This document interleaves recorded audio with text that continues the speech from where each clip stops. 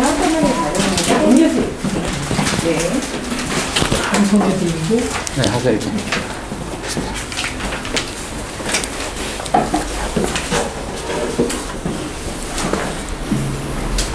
한국어 가오시면 1분 남았습니다. 11시 시작하도록 하겠습니다.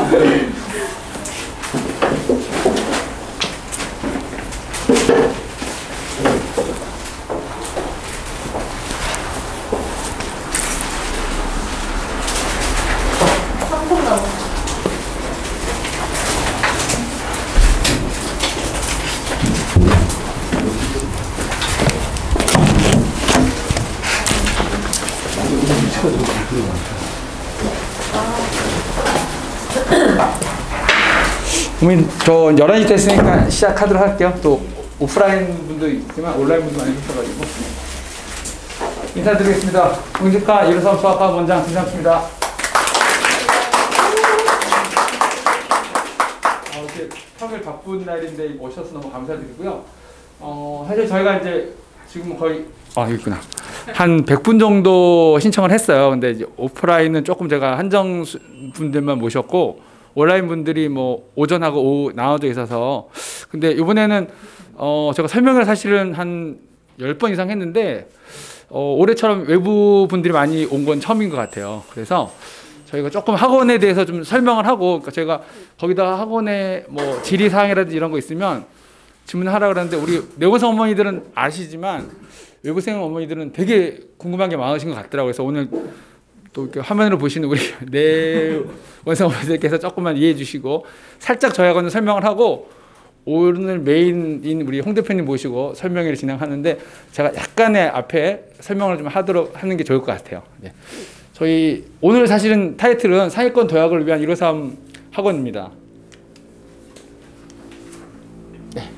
저희 학원이 사실은 생긴 지는 오래됐어요. 2002년부터 돼서 올해가 딱 20년 됐더라고요. 벌써 제가. 네, 전 20년 되면 뭐가 크게 될 줄 알았는데 하여튼 20년이 됐습니다. 올해라. 사실 예전에 저희가 구이 이동에 있는 구이 이동의 종합학원으로 수업을 시작하다가 광장동으로 이사 왔어요. 2015년도에. 그때 이제 종합학원이 선생님이라든지 이런 것들이 약간 트렌드 변화를 주기 위해서 수학이라는 이름을 달고 수학 전문단으로 저희가 2015년부터 지금 1관, 2단위 후문 쪽으로 저희가 이전을 해서 수학만 가르치는 학원으로 실행했습니다.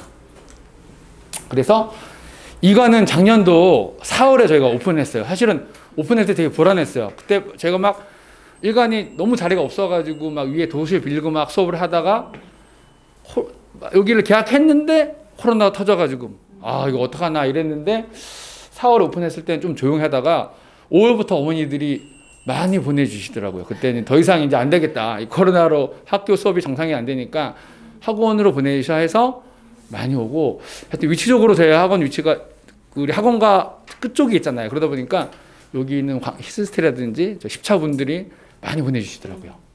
그래서 이름을 저희가 정직한 이름 붙여서 정직한 이 형용사가 어울리도록 저희가 계속 노력하고 있습니다. 간혹가다 이제 상담자가 많이 와서 이렇게 좀 우리 학원이 그래도 어머니들이 소개 많이 시켜서 많이 여쭤보는데 간혹가다 전화로 저한테 물어봐요.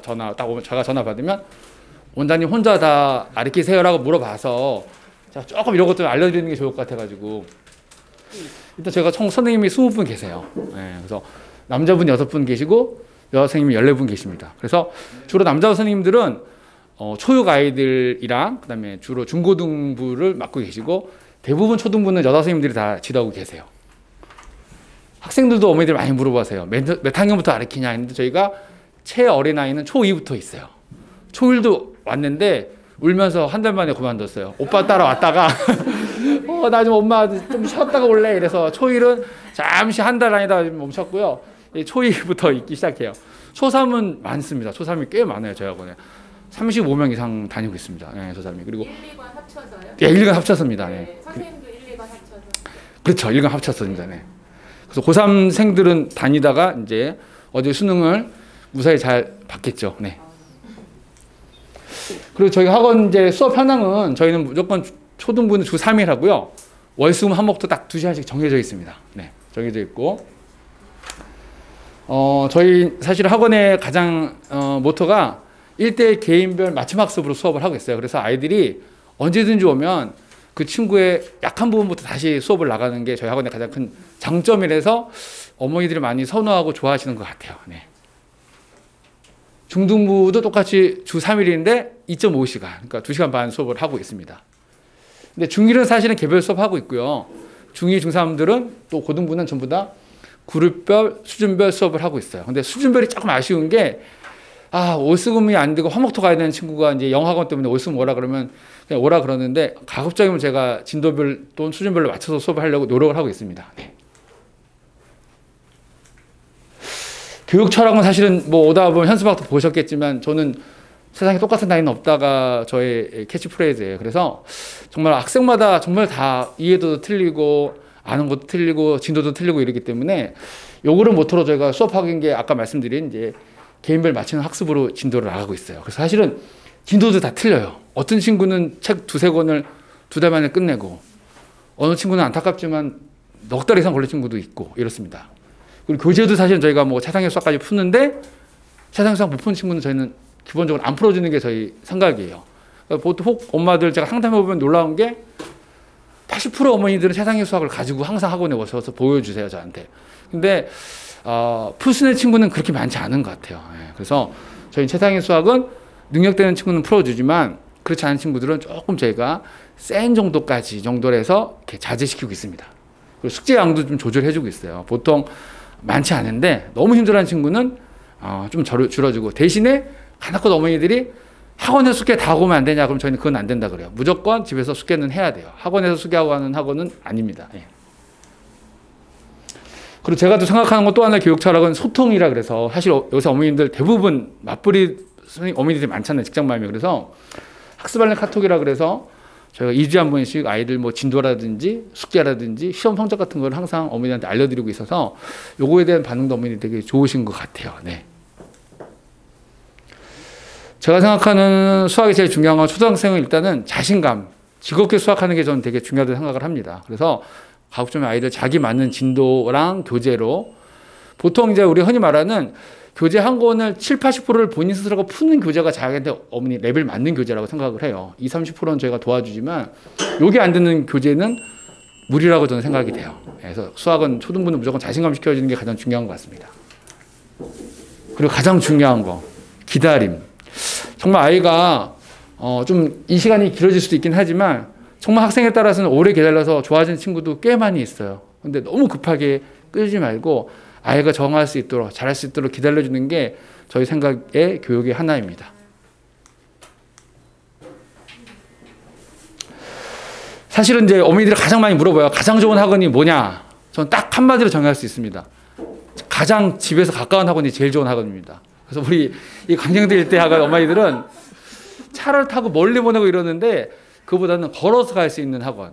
물론 저희 학원도 군자동이나 자양동이나 중국동에서 오긴 오는데 그만큼 좋다는 얘기겠죠. 어쨌든 가장 좋은 학원이란 걸어올 수 있는 학원이 제일 좋은 학원 같습니다. 제가 보기에는. 그래서 저희가 이제 광진을 대표하는 학원들이 사실 몇 군데 있어요. 아직 저희가 어머니 흔히 말하는 대형 학원은 아니지만 이제 광진을 대표하는 학원으로 거듭나기 위해서 오늘 이런 자리를 마련하게 됐습니다. 네. 자, 상위권 도약을 위한, 사실은 제가 요거를 꼭 말씀드리는 게 뭐냐면 저희 학원에 오래 다닌 친구들도 최근에 우리 초육 친구도 있었어요. 사실은 송파에 있는 청땡 학원을 다니다가 못 견뎌서 우리 학원에 왔어요. 5학년 더 와가지고 지금 중학교 2학년 나가고 되게 적응 잘하고 있는데 어머니가 저한테 전화가 와서, 그 어머니는 상당히 얘기를 많이 해주세요. 원장님, 요번에 김땡땡 학원 가서 시험 봤는데 레벨 2가 됐다.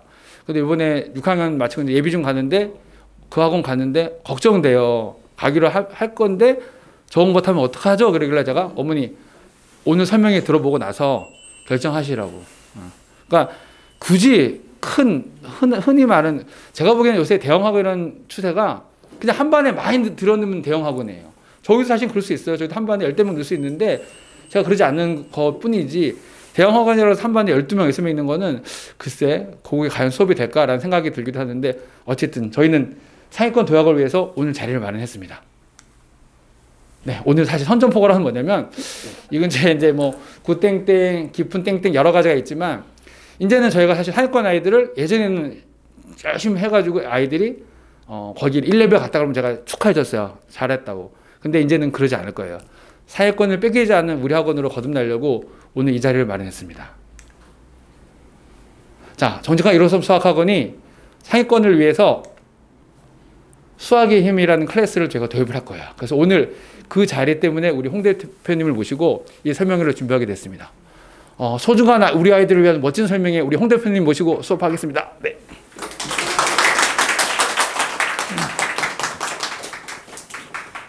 시작도 전에 이렇게 박수 받아보는 게 처음이네요.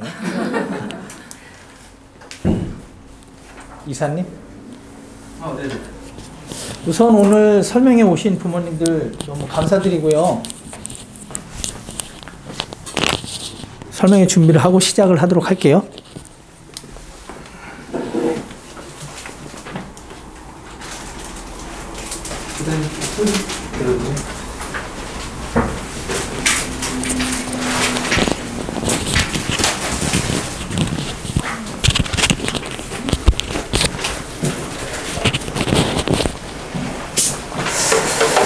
정식으로 다시 인사드리고 설명회를 시작하겠습니다. 자, 안녕하세요. 제가 오늘 153 학원에서 우리 부모님들께 들려드릴 이야기는 2022년 겨울학기 설명회에 고교학점제 이해와 그리고 코로나 시대 자녀를 어떻게 학습 전략을 세울지, 그리고 2022년에 이제 겨울학기에 어떻게 공부를 세워야 하며 수학의 힘을 소개해 드리도록 하겠습니다. 오늘 들려드릴 이야기는 세 가지입니다. 고교학점제, 올바른 이해와 대응, 그리고 이 고교학점제는 제가 유튜브라든지 다른 그 방송들 혹은 인터넷을 통해서 많이 이제 방송들을 봤는데 너무 어렵게들 설명을 해서 제가 오늘 세상에서 제일 쉬운 고교학점제 설명회를 진행을 해드릴 거예요. 그리고 위드 코로나 시대에 접했어요. 이 시대에 아이들을 어떻게 키워야 되는지 관련된 이야기를 해드리고, 말씀드린 대로 수학의 힘 소개 및 겨울학기 학습 전략 말씀드리도록 하겠습니다. 저는 우선은 수학의 힘의 대표입니다. 아까 우리 어머님 중에 한 분이 수학의 힘 버전 1의 교재를 써보셨다고 얘기를 해요. 시중에 저희 수학의 힘 교재가 나와 있는 건 아시죠? 네, 몇 분 잘 모르시네요.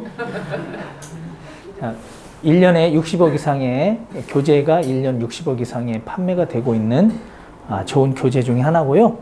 제가 만들었어요. 오늘 설명회는 일부 고교학점제 이해와 대응 시작하도록 하겠습니다. 고교학점제란 이런 거예요. 학생들이 진로에 따라서 다양한 과목을 선택, 이수하고 학점이 기준점에 도달하면 졸업하는 제도가 바로 고교학점제입니다. 이걸 좀 더 편안하게 설명을 드리면, 고등학교를 대학교처럼 학생들이 교과목을 선택할 수 있게 하고 강의실을 옮겨 다니며 수업을 들을 수 있고 졸업에 필요한 학점을 따서 졸업시키는 제도가 바로 고교학점제예요.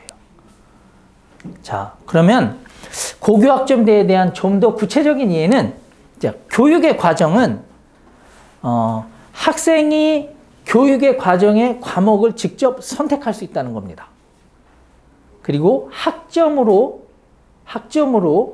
졸업을 이수시키는 제도란 뜻이에요. 그리고 수강의 신청은 학생이 필요와 수요에 따라서 자신이 듣고 싶은 과목들을 듣고 선택할 수 있게 한다는 것이고요. 그럼 수업은 학생이 주도하고 참여할 수 있는 수업으로 전환시키겠다는 것이고, 그리고 평가는 우리 부모님들이 대학에서 받았던 성취평가제, 즉 A, B, C, D, E, F 등급처럼 A, B, C, D, E, I 등급으로 성취평가제로 바뀌고, 그리고 평가는 과정 중심 평가로 바뀐다는 거예요. 이 과정 중심 평가가 엄청 중요한 변화예요.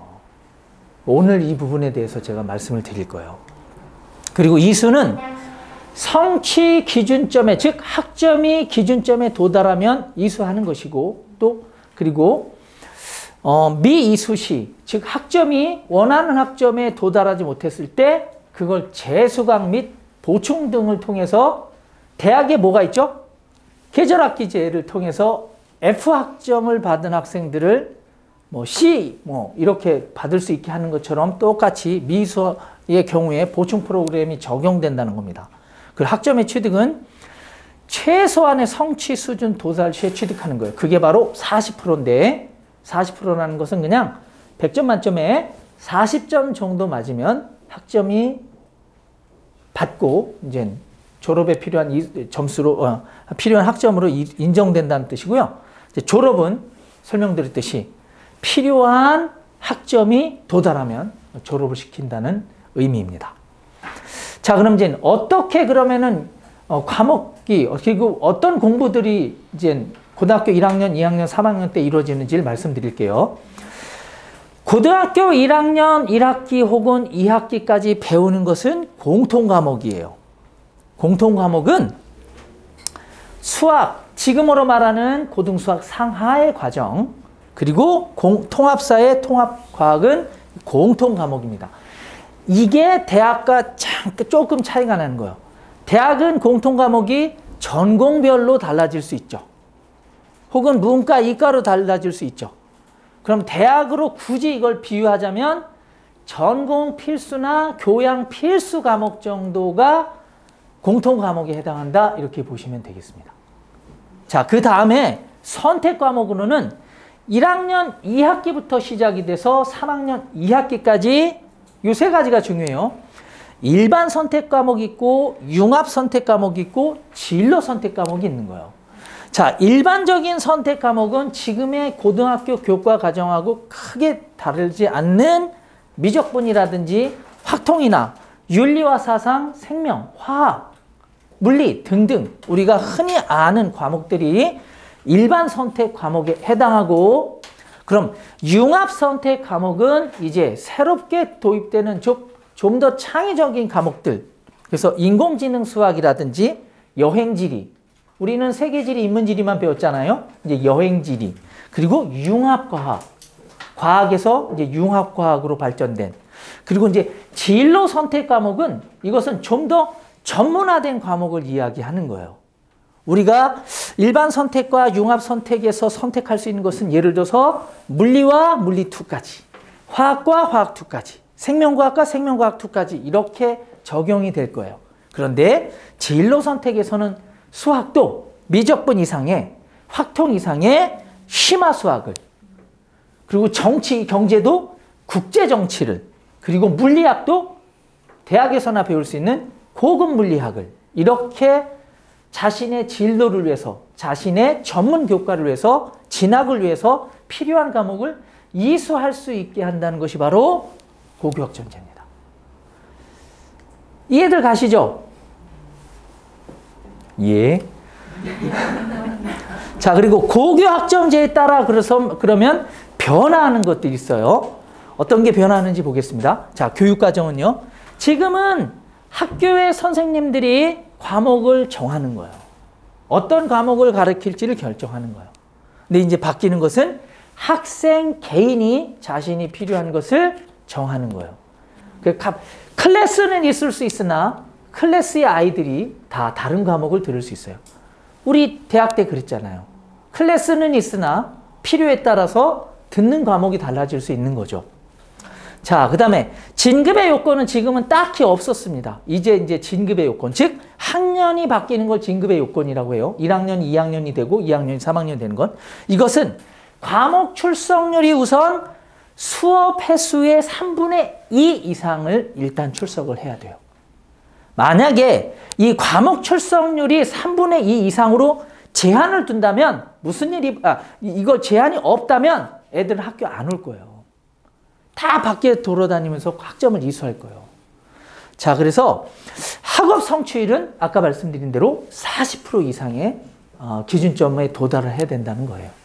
자, 그럼 이제 졸업의 요건은 현재는 204단이고 총 2,890시간입니다. 1시간의 기준은 50분을 잡아요. 우리나라 고등학교는 1시간의 기준을 50분으로 잡습니다. 그러니까 50분씩 2,890번을 해야 204단위가 된다는 의미예요. 자, 그러면 바뀌는 제도에서는 50분씩 2,560번을 하고 그것이 192학점을 인정받는 거예요. 자, 그리고 교수 지원은 당연히 지금은 학교가 결정되고 그 학교의 선생님들의 수업을 듣는 거죠. 이게 가장 큰 변화예요. 이제는 내가 우리 학교에서 당연히 수업을 들어도 되죠. 그게 가장 편할 테니까. 그런데 이런 거죠. 이것 때문에 고교학점제가 사실은 시작된 거예요. 이게 뭐냐면 물리를 엄청 좋아하는 학생이 자신의 학교에는 물리 2까지밖에 없어요. 근데 물리 2까지 다 이수한 후에 관심이 더 깊어서 고급 물리학을 하고 싶은 거예요. 그리고 고급 화학을 하고 싶고, 근데 일반 학교에는 고급 물리학과 화학이 열려있지 않아요. 일반 대부분의 학교에는. 그래서 그럼 그 과정이 열려있는 학교에 가서 수업을 듣고 학점을 딸 수 있다는 거예요. 그게 예를 들어서 고급 물리학과 고급 화학이 열려있는 학교는 대표적으로 전국형 자사고들이 열려져 있어요. 그럼 하나고에 가서 혹은 외대부고에 가서 상산고에 가서 심지어는 고등학교에 열려있지 않으면 대학에 가서 따서 와도 됩니다. 그리고 온라인으로 지금의 학점은행제처럼 온라인으로 수업을 하고 참여해서 학점을 따도 된다는 이렇게 폭넓게 바뀌는 거예요. 그래서 이로 인하여 국가는 이런 것들 때문에 2025년에 고교학점제를 도입하려면 뭐가 없어져야 될까요? 전국형 자사고들이 없어져야 하는 거예요. 그래서 이걸 없애려고 하는 거예요. 이게 이렇게 맞물려 있는 아주 엄청나게 어려운 제도예요. 그런데 이게 대통령이 뭐 누가 바뀌면 대통령 후보 예비 후보 중에 그냥 수능으로 가겠다. 1년에 2번 수능 보고 이게 수능으로 이렇게 다시 돌아가겠다 이렇게 얘기하신 분이 있었는데 전략적인 언급된 말이겠지만 이건 입시를 조금 다르게 해석을 하고 다르게 오해했던 부분이지 이건 도입될 겁니다. 이건 미래 입시 제도이기도 하고 그리고 아이들의 창의 융합형 교육에 가장 적합한 교육이라고 이미 이것은 지금의 정부에서 결정된 사항이 아니에요. 5차, 6차, 7차 교육과정이 바뀌듯이 이건 미래의 학습이고 미래의 입시 제도라고 보시면 됩니다. 자, 그리고 내신 평가는 지금은 이제는 상대평가입니다. 이제 이것을 절대평가화하는 거고 그리고 공통과목은 성취평가제 A, B, C, D, E, I 그리고 석차 등급이 병기되고 그리고 모든 선택 과목에서는 A, B, C, D, E, I 즉 성취평가제가 적용된다는 거예요. 자, 이제 좀 더 많이 이해가 되셨을 거라고 믿습니다. 자, 그러면 이제 입시는 어떻게 되느냐? 수능 중요합니다. 수능 점점 중요하죠. 국가는 수능을 중요시 여겨요. 왜냐? 이게 국가는 기본적으로 학생부 전형보다는 수능이 더 공정하다라는 생각을 해요. 이건 일반 대중의 여론도 마찬가지죠. 수능이 물론 강화되겠죠.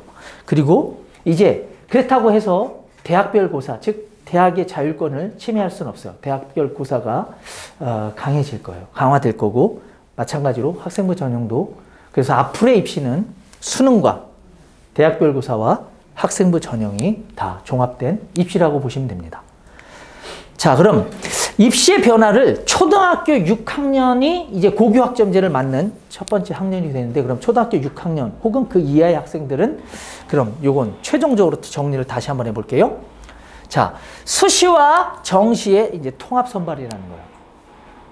그리고 절대평가된 내신으로 인한 학생부 관리의 중요성이 이제 확대가 됩니다. 학생부가 굉장히 중요해지지만 수능 역시 굉장히 중요한 거예요. 그래서 수능을 이원화시키겠다는 거예요. 수능을 이원화시키겠다는 겁니다. 자, 수능 이름 뭔가요? 지금처럼 객관식 형태의 수능, 기초 학력 평가를 하는 객관식 유형, 그리고 수능 2는 고차원적인 사고 능력을 평가할 수 있는 주관식 서술형 수능. 그래서 각 지방자치제들이 IB, 인터내셔널 바칼로레아에 관심 갖기 시작한 것도 이런 미래형 입시가 논서술형 입시가 들어오기 때문에 그런 것입니다. 자, 이렇게 세상은 바뀌고 있어요. 이 세상이 바뀔 때 얼마나 중요한지를 우리 부모님들, 현장에 계신 부모님들, 그리고 온라인으로 참석하고 계신 부모님들 입시가 바뀌는 것이 무엇을 의미하는지 이렇게 단적으로 한 가지 예를 들어볼게요. 우리나라는 2007년도에 입학사정관제가 적용됐어요. 그리고 우리 부모님들이 대부분 시험을 보셨던 것들은 수능이셨죠.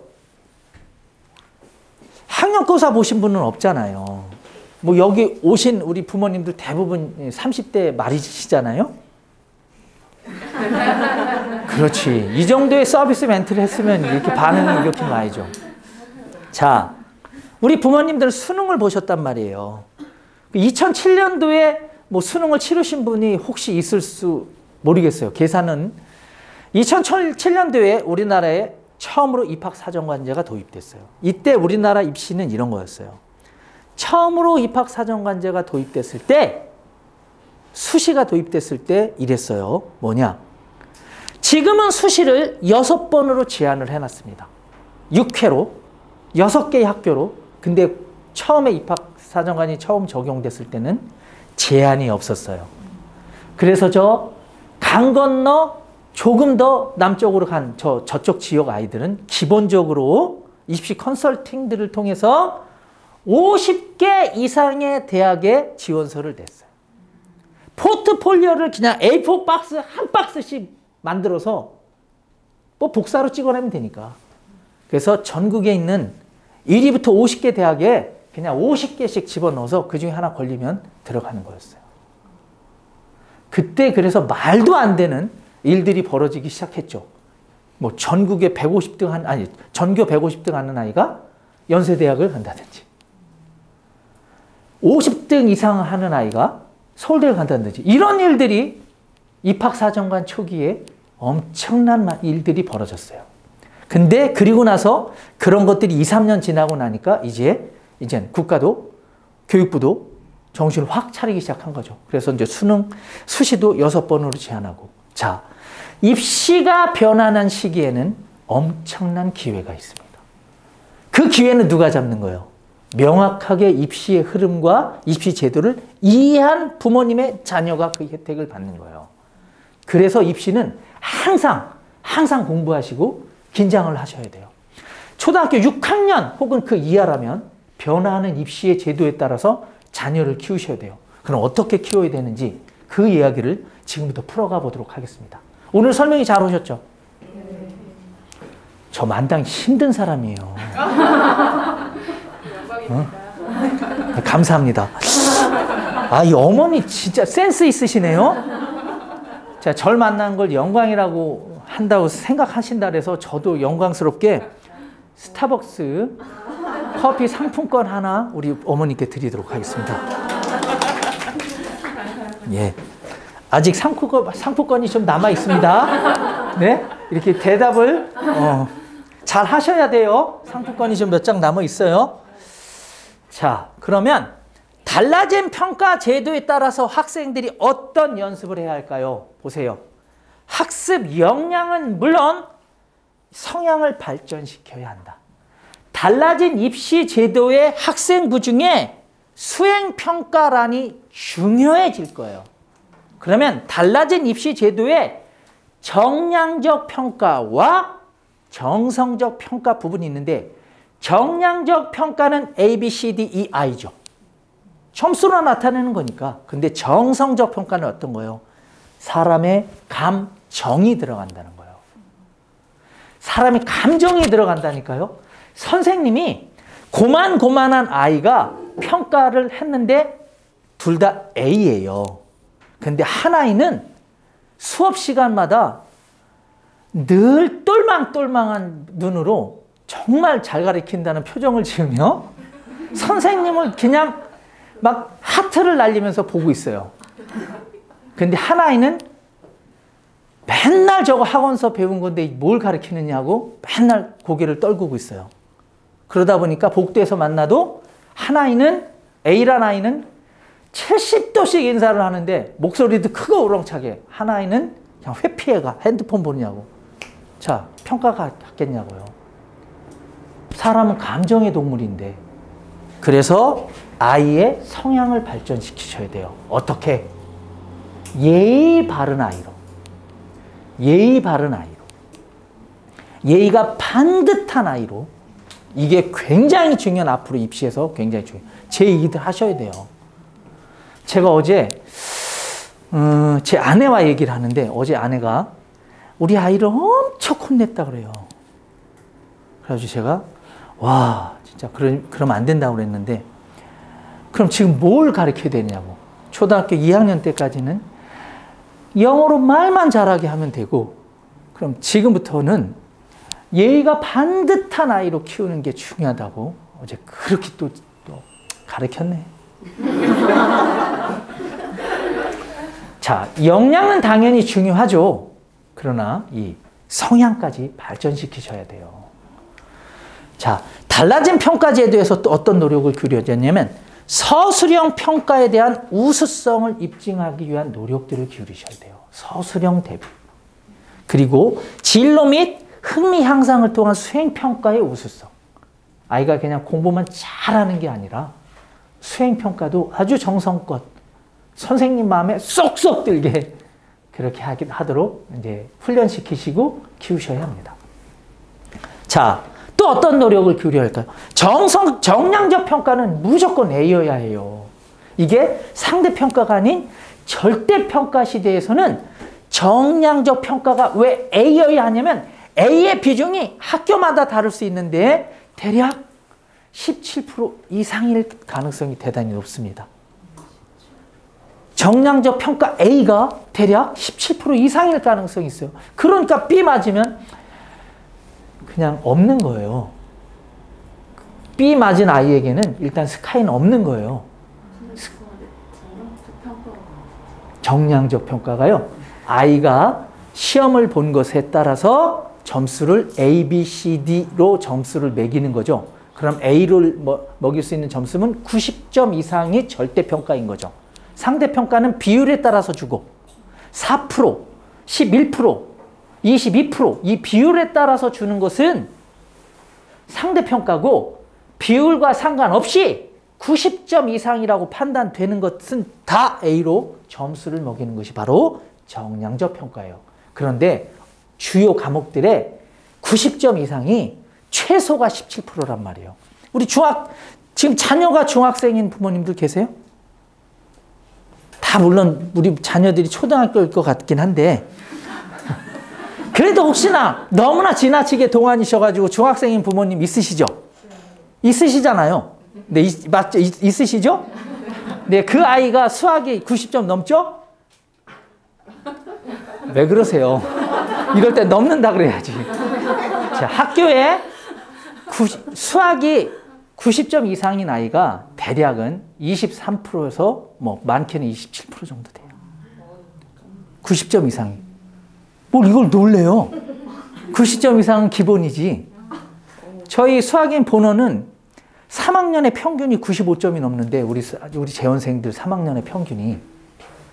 자, 이해 가셨죠? 정량적 평가? 정량적 평가는 A, 즉 90 이상.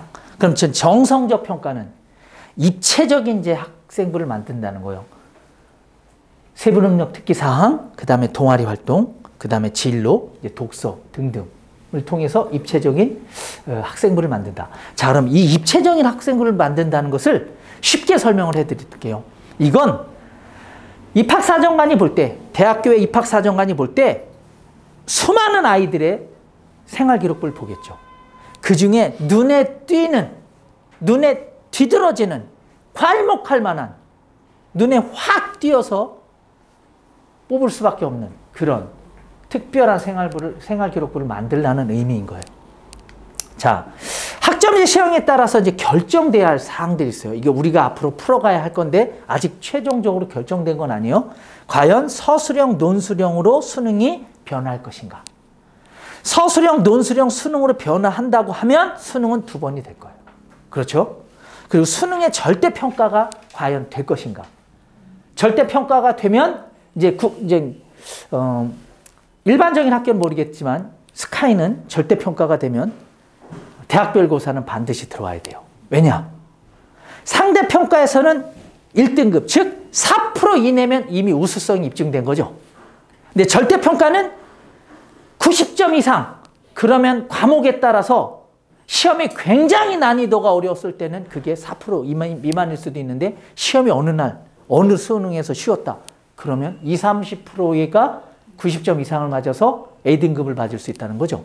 그러면 서울대 입장에서, 고대 입장에서 최고의 등급, 즉 4% 이내에 최우수한 아이들을 뽑고 싶은데 20, 30%의 A등급 아이들 뽑기가 좀 곤란할 수 있다는 거죠. 그랬을 경우에 를 대비해서 이젠 대학별 고사도 중요해진 부분이라는 거죠. 이제 좀 더 이해가 가셨죠? 네, 그럼 이젠 어떻게 공부를 시킬 것인가? 자, 요거는 이게 이제는 방송이다 보니까 방송에 따른 멘트를 할 거고 개인적인 판단도 얘기를 하도록 하겠습니다. 수능 고득점 획득을 위한 공부와 대학별 고사의 본질이 동일하다는 가정하에 학생들의 수학학습 방법은, 자, 먼저는 방송용 멘트부터 할게요. 빠른 선행보다는 철저한 심화를 하셔야 됩니다. 그럼 이제 실질적인 대응에 대해서 말씀드릴게요. 빠른 선행은 물론 철저한 심화 학습을 하셔야 됩니다. 이게 사실은 답이에요. 왜냐? 선행은 또 다른 심화이기 때문에. 중학교 2학년 1학기 과정의 함수 부등식 연립 방정식은 1학년 1학기 과정에 방정식과 방정식 활용이 잘 됐다는 베이스 하에서 잘할 수 있는 거예요. 1차 방정식이 제대로 돼야 2차 방정식을 할 수 있는 거예요. 자, 그런 면에서 빠른 선행은 물론이거니와 심화 학습이 이루어져야 된다는 것이 포인트입니다. 이해 가셨죠? 예. 그리고 이제 정리를 이렇게 더 깔끔하게 해드릴게요. 자, 실력은 뭐로 드러내야 되나요? 성적으로.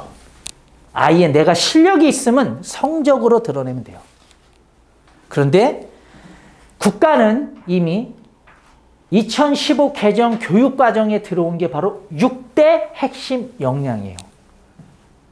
국가가 2015 개정 교육과정에 들고 나온 것이 6대 핵심 역량입니다. 이 6대 핵심 역량 6가지 중에 하나가 뭐가 있느냐면 뭐 의사소통 능력 이런 것도 있는데 6대 핵심 역량 중에 가장 흥미로운 게 심미적 감성 역량이라는 게 있어요. 심미적 감성 역량. 와, 말이 너무 어렵잖아요. 이것은 그냥 공감 능력이라고 보시면 돼요. 공감 능력이라고 보시면 됩니다. 국가는 앞으로 이것도 역량으로 보겠다는 거예요. 아이가 공부만 죽어라고 하는데 전혀 공감 능력이 없어. 이걸 인재로 보지 않을 수 있다는 거죠. 전통적으로 공부를 아주 잘하는 아이들 중에는 별로 효자가 없어요. 엄마가 아파도 일단 학원부터 가는 애들은 그렇잖아요. 전통적으로 그래도 공부를 조금 덜하는 애가 효자. 일단 엄마가 아프면 기회잖아. 그쵸? 제사, 야, 이거 어떻게든지 엮어야 돼. 학원 가지 않으려고 엮어야 되고. 내 아빠 생일 어떻게든지 학원 빠져야 되는 이렇게. 자, 공부 잘하는 데 그런 게 어딨어요. 응? 그냥 학원이 먼저지 일단. 자, 이제 심미적 감성 역량까지 6대 역량에 들어왔대요. 왔대요가 아니 이미 들어와 있어요. 자녀를 어떻게 키우셔야 되는지 지금 이제 정말 심각하게 고민하셔야 될 때요. 거기다가 이제 성향까지 봐야 돼요. 아이가 학습에 임하는 자세. 아이가 학습에 임하는 자세. 옛날에는 그래서 뭐가 중요한 거예요? 과정 중심 평가라는 거예요. 자세는 언제 보는 거예요? 네, 수업 시간, 평상시. 결과는 언제 보는 거예요? 그냥 시험의 결과로. 그러니까 과정 중심 평가, 아이의 학교에, 생활에 임하는 자세, 그 과정을 보겠다는 거예요. 자, 이렇게 해서 1부의 강연을 마치도록 하겠습니다. 자, 이제 곧바로 자, 2부의 강의를 시작하도록 하겠습니다. 자, 오늘 잘 오셨어요? 잘 안 오셨어요? 잘 오셨죠? 네. 이런 설명회 들어보셨어요? 못 들어보셨어요? 못 들어보셨죠? 자, 그러면 오늘 어떤 일이 벌어져야 돼요? 오늘 이런 설명회를 오늘 처음 들었으니까 오늘 어떤 일이 벌어져야 되는지 미리 여기서 답을 드릴게요. 제가 광진의 이 맘카페는 잘 몰라요. 강동 맘카페는 좀 소식을 들어서 하는데 광진 맘카페가 어떻게 활동이 이루어지는지 모르고 어떤 맘카페가 있는지 모르겠지만 오늘 맘카페는 일단 뒤집어져야 돼요. 하실 거 안 하실 거요? 안 할 거면 가고. 자, 내용이 정말 좋으니까 더 들어보시고 결정하세요. 아직은 그냥 뭐 아직 내가 맘카페 올릴 정도는 아니다 싶으면 더 듣고 결정하셔도 돼요. 아시겠죠? 지금 눈빛으로 맘카페 올리실 분은 지금 3분 정도 있어요. 자, 코로나 시대 자녀를 어떻게 키울 것인가? 2부의 내용은 이겁니다. 불확실한 시대의 현명한 자녀 교육에 대해서 제가 이제 지금부터 현명한 자녀 교육법에 대해서 말씀드릴게요. 부모님들 요즘 걱정이 많으실 거예요. 저도 많습니다. 자식을 키우는 부모 입장에서 정말 걱정이 많아요. 우리는 생각지도 못하게 너무 빠르게 미래로 왔어요. 미래를 예측한다는 것이 정말 어려워요. 그리고 분명한 것은 미래는 지금과는 다른 세상이에요. 미래를 예측하는 것이 아무리 어렵다고 해도 예측하셔야 돼요. 그 예측하고 준비하셔야 합니다. 자녀 교육은 이유와 목적이 분명해야 돼요. 이유와 목적이 분명하지 않은 자녀 교육은 혼선을 빚어요. 나중에 갈 길을 잃습니다. 그래서 목적이 이끄는 자녀 교육이 필수인 거예요. 내가 내 자녀를 어떻게 키울지 이것에 대한 분명한 목적과 이유가 있으셔야 돼요. 그냥 학원에 떡 맡겨놓으시면 안 돼요. 어쩔 수 없이 하는 일과 분명한 목적을 가지고 하는 일의 결과가 달라요. 그렇듯이 자녀 교육도 목적이 분명할 때 더 잘 하실 수 있습니다. 그럼 자녀 교육에 성공하려면 어떻게 하는지 몇 가지를 정리해 보도록 할게요. 우선 원칙이 있으셔야 돼요. 자녀 교육에는 분명한 원칙이 있으셔야 됩니다. 그 원칙이 흔들리거나 그 원칙이 무시되거나 원칙이 급작스럽게 변하거나 하면 자녀 교육은 잘 하시기 어려워요. 자, 두 번째는 과정을 중시해야 합니다. 과정을 중시하지 않으면 과정을 중시하지 않고 만들어낸 성공은 언제나 불안정한 법이에요. 이미 잘 아시다시피 스포츠 스타들이나 연예계 스타들 중에 학폭에 휘말려서 인생이 하루아침에 달라지는 것들을 보셨잖아요. 그래서 과정을 중시해야 해요. 우리나라처럼 과정을 중시하지 않는 나라를 본 적이 없어요. 너무나 안타깝게도. 이젠 근데 세상이 정말 많이 바뀌었어요. 정말 많이 바뀌었습니다. 제가 미국하고 캐나다에서 공부하고 돌아왔어요. 유학파예요. 어? 미국하고 캐나다에서 공부하면서 본 게 뭐냐면 기본적으로 노인에 대한 공경, 그리고 여자에 대해서 보호, 어린아이 우선 이런 것들이 있어요. 우리는 어때요? 우리는 오랫동안 남존여배. 이 문화 속에서 우리는 이 동양은 컸어요. 이게.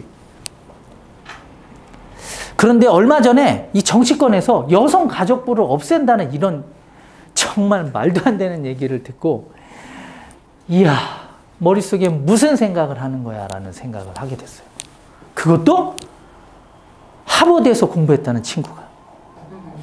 뭘 본 거예요? 뭘 본 거야? 어? 미국에 가서 뭘 본 거냐고 도대체. 자, 여성은 존중되어야 돼요. 아이들은 보호받아야 되고 너희들은 공경의 대상이 되어야 되는 거예요. 가정이 중시되어야 돼요. 가정을 무시한 성공은 언제나 불안정한 법이에요. 지금의 대선 주자들은 얼마나 마음이 불안하겠어요. 근데 이 세상은 바뀌어야 돼요. 그래서 너무 진짜 걱정이 많이 돼요. 이 나라가. 진심으로. 그리고 지속성이 있어야 합니다. 중간에 포기하시면 좋은 결과를 못 만들어요. 그래서 지속적으로 하셔야 돼요. 제가 오늘 이거 팁 하나 드릴게요. 제가 책을 좀 좋아하는데 책을 읽는데 이제 심리학책을 읽었어요. 심리학책에 이런 게 있었어요. 10대 아이들의 전두엽은 친구로부터 영향받기 좋게 발달한다. 이런 내용이 아주 유명한 심리학자의 이야기예요. 그래서 제가 그때 답을 얻은 게 있어요. 그렇구나. 그래서 그 책에서도 10대 아이들은 10대가 끝날 때까지 부모로부터 강한 훈련과 통제가 반드시 필요한 거다라고 그 학자는 이야기하고 있어요. 지속성이 얼마나 중요한지를 얘기하는 거예요. 포기하지 마십시오. 포기하고 싶을 때 있죠. 애가 사춘기 확 왔을 때. 근데 사춘기 끝납니다. 이게 열병처럼 누구는 굉장히 심하고 누구는 덜 심한데 제가 팁 하나 드리자면 사춘기에 온 자녀를 키울 때 자, 친구를 만나서 아이가 일탈할 수 있는 것과 선배를 만나서 일탈하는 건 달라요. 그러니까 아이가 놀아봤자 친구랑 노는 건 그냥 감수하세요. 근데 아이가 어디 가니 그랬더니 누구 선배 만나러 간다 그러면 일단 같이 가셔야 돼요. 그리고 끌고 오셔야 돼요. 못 만나게 하셔야 된단 말이에요. 그래도 만나면 이사 가셔야 됩니다. 제 목동에서 저희 강동으로 이사 오신 분이 그런 사유로 이사 왔다 그래서 너무너무 잘했다 그랬어요. 제가. 자, 사춘기에 경계선이 있는데 그게 뭐라고요? 친구를 만나는 것까지는 그래도 이건 어떻게 할 수 있는데 선배를 만나면 이거는 돌이키기 어려운 경계까지 무너질 수 있으니까 자, 아이들을 지속적으로 컨트롤 하셔야 돼요.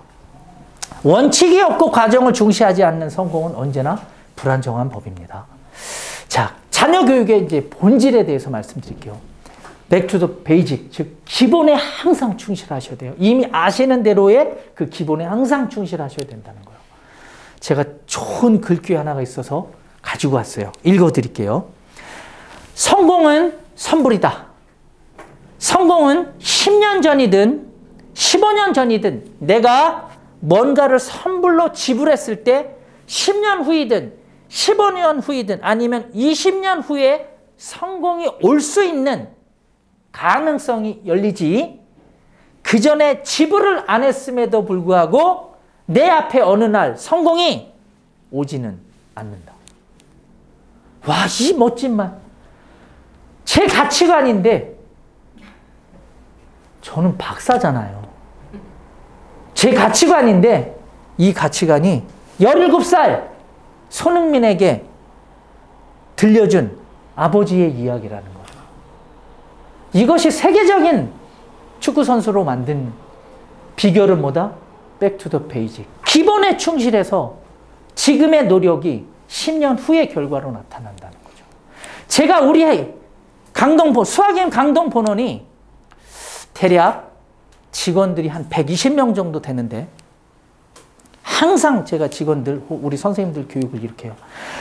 여러분의 지금의 여러분이 지금 좋은 급여를 받고 저희는 강동에서 제일 높은 급여를 드려요. 여러분이 지금 좋은 급여를 받고 지금 대우를 받고 자부심 있게 이 학원에서 일할 수 있는 것은 5년 전에 10년 전에 이 학원에 와서 헌신한 여러분 선배들의 노력의 몫이라고. 이어서 여러분이 지금 노력하는 이 노력의 몫은 5년 후에 10년 후에 여러분의 후배가 가져가는 거라고. 이렇게 가르쳐요. 제가 요즘 뭘 느끼냐면 이런 거예요. 이렇게 답을 드릴게요. 인생의 기회란 준비된 사람의 재산입니다. 이걸 바꿔 말하면 준비된 사람의 재산이란 인생에 많은 기회들이 펼쳐져요. 무서운 얘기예요. 준비된 사람의 재산이라는 것은 인생의 수많은 기회들로 펼쳐져요. 제가 요즘 느끼는 게 그거예요. 저도 젊은 날 암울했던 시절이 있었어요. 진짜 막 내 미래가 불투명하고 집안이 쫄딱 망했고, 우리 집안이 잘 나가는 집안이었어요. 저 못 보실 수도 있었어요. 저희 집안은 사촌 형님을 비롯해서 사촌 형님을 유시로 골프장 건설 회사를 했습니다. 대한민국의 이 골프장은 절반은 다 저희 집안 회사인 대한공용에서 다 지었어요. 그런데 우리나라는 이제 대통령이 누가 되는지에 따라서 많은 것들이 바뀌는 나라예요. 제가 가장 존경하는 대통령 중에 한 분이 골프장 억제 정책을 폈어요. 그래서 한순간에 부도가 났어요. 그래서 80만 평에 이르는 골프장 그 농장, 왜냐면 농장에 좋은 뭐 소나무 그리고 이 우리 그 금잔디 이런 것들이 있어야 골프장을 지을 수 있는 거잖아요. 그렇죠? 돌 이런 안성에 80만 평의 농장이 있었는데 부도로 날아갔어요. 그리고 회사의 사옥은 서초동이 아니라 반포에 있었어요. 지금 반포가 아파트 값이 제일 비싼 건 아시나요? 네. 그것도 주차장이 엄청 넓은, 그것도 날아갔어요. 암울했던 제 인생에, 그런데 제가 포기하지 않은 건 집안을 일으켜야 되겠다는 의지와 집안을 일으킬 수 있는 게 과연 뭘까를 생각했는데, 오직 제가 집안을 일으킬 수 있는 건 이 정도 외모 갖고 연예인이 될 수도 없고. 그렇죠? 뭐예요? 표정이. 자, 이 정도 외모 갖고는 연예인 될 수도 없고, 뭐 이 정도 운동 능력 갖고는 스포츠 스타도 될 수 없고, 이 정도의 노래 실력으로는 가수가 될 수 없으니 공부를 하자. 공부를 하자고 결심한 거예요. 그래서 포기하지 않고 국가장학생을 준비하고, 우리나라에서 전 세계에서 가장 좋다는 학교들에서 공부를 하고 돌아온 거예요. 그렇게 했더니 지금 그 젊은 날에 이제 37살에 들어왔는데, 37살에 와서 지금까지 얻은 이 선물들은 다 제 젊은 날의 땀이라는 거예요. 땀. 제가 이런 얘기 잘 안 하는데 오늘 조심스럽게 이런 얘기를 할게요. 저희 그 학원은 잘 돼요. 깜짝 놀라실 거예요. 이따 얼마만큼 잘 되는지 얘기를 해드리면 깜짝 놀라실 거예요. 근데 제가 가끔 이런 생각을 해요. 이건 제 얘기가 아니라 저희 학원의 행정실에 직원분 한 분이 해준 얘기예요. 그 행정실의 직원분이 원래 음악학원 원장님 출신이거든요. 근데 이렇게 얘기했어요. 우리 대표님은 머리도 좋은데 죽기 살기로 노력한다고. 그런데 다른 원장님들은, 자기도 원장 출신이니까, 다른 원장님들은 우리 대표님만큼 머리도 안 좋은데 대표님만큼 노력도 안 한다고. 죄송해요. 잘난 체한 것 같아요. 인생의 기회란 결국 교육의 힘과 어느 정도가 아니에요. 어느 정도 이상이 연결되어 있어요. 그래서 좋은 직업을 갖기 위해서는 좋은 교육이 필수 요건입니다. 직업과 교육은 그래서 불가분의 관계인 거예요. 자녀 교육의 이유와 목적에는 역시 좋은 직업과 관련이 있는 거예요. 제가 가장 잘한 건 대학에서 나와서 이 사업을 했다는 거예요. 이 교육 사업을. 전 대학에 있었어요. 제도권 교육에서 제가 할 수 있는 게 너무 한정적이어서, 제한적이어서 저는 나왔어요. 현명한 자녀 교육을 위한 팁을 하나 드리도록 하겠습니다. 자녀 컨트롤 연령을 높이셔야 그 아이가 성공합니다. 우리 부모님들 자녀 컨트롤 연령을 대략 중3 혹은 고1, 고2 해야 고3에서 끝나죠. 제가 강동에서 만난 저는 엄청 제가 잘 가르치는 강사 출신인데 잘 가르쳤던 강사 출신이었는데 제가 만난 극상위권의 부모님들은 고3이 돼도 학원을 부모님들이 결정합니다. 제가 만난 극상위권의 부모님들은 고3이 되어도 학원을 본인이 선택하세요. 자, 자녀 컨트롤 연령을 높이란 얘기가 뭐냐면 우리나라 부모님들이 너무 훌륭하심에도 불구하고 실수하는 한 가지가 이게 뭐냐면 자녀 컨트롤 연령을 고3에서 끝낸다는 거예요. 대학생이 되면 풀어주시죠. 대학생이 되면 풀어준다니까? 이러면 안 되는데. 우리나라 고등교육이 어때요? 우리나라 고등학교의 교육은 전 세계 1등이에요. 어느 나라가 감히 우리 대한민국의 고등교육을 쫓아오겠어요? 아무도 쫓아올 수가 없어요. 그런데 우리나라의 대학교육은 어때요? 전 세계에서 몇 위가 되나요, 과연? 지금 좀 개선됐지. 우리 부모님들이 그 증인이시죠. 대학생활 어떻게 하셨어요? 얼마나 공부를 하셨어요? 시험 때 기간에 일주일씩 밤새는 게 전부 아니에요? 맞죠? 자녀들 그렇게 키우시면 안 돼요. 대학에 졸업할 때까지 그 아이를 컨트롤 하셔야 돼요. 그래야 그 아이의 인생이 달라집니다. 명심하셔요. 제가 요즘 관심 갖는 게 뭐냐면 저 엄청 유명한 사람이에요, 사실. 오늘 처음 보셨는데 저 엄청 유명한 사람이라니까요. 누구에게? 대한민국의 학원 내 원장님들한테.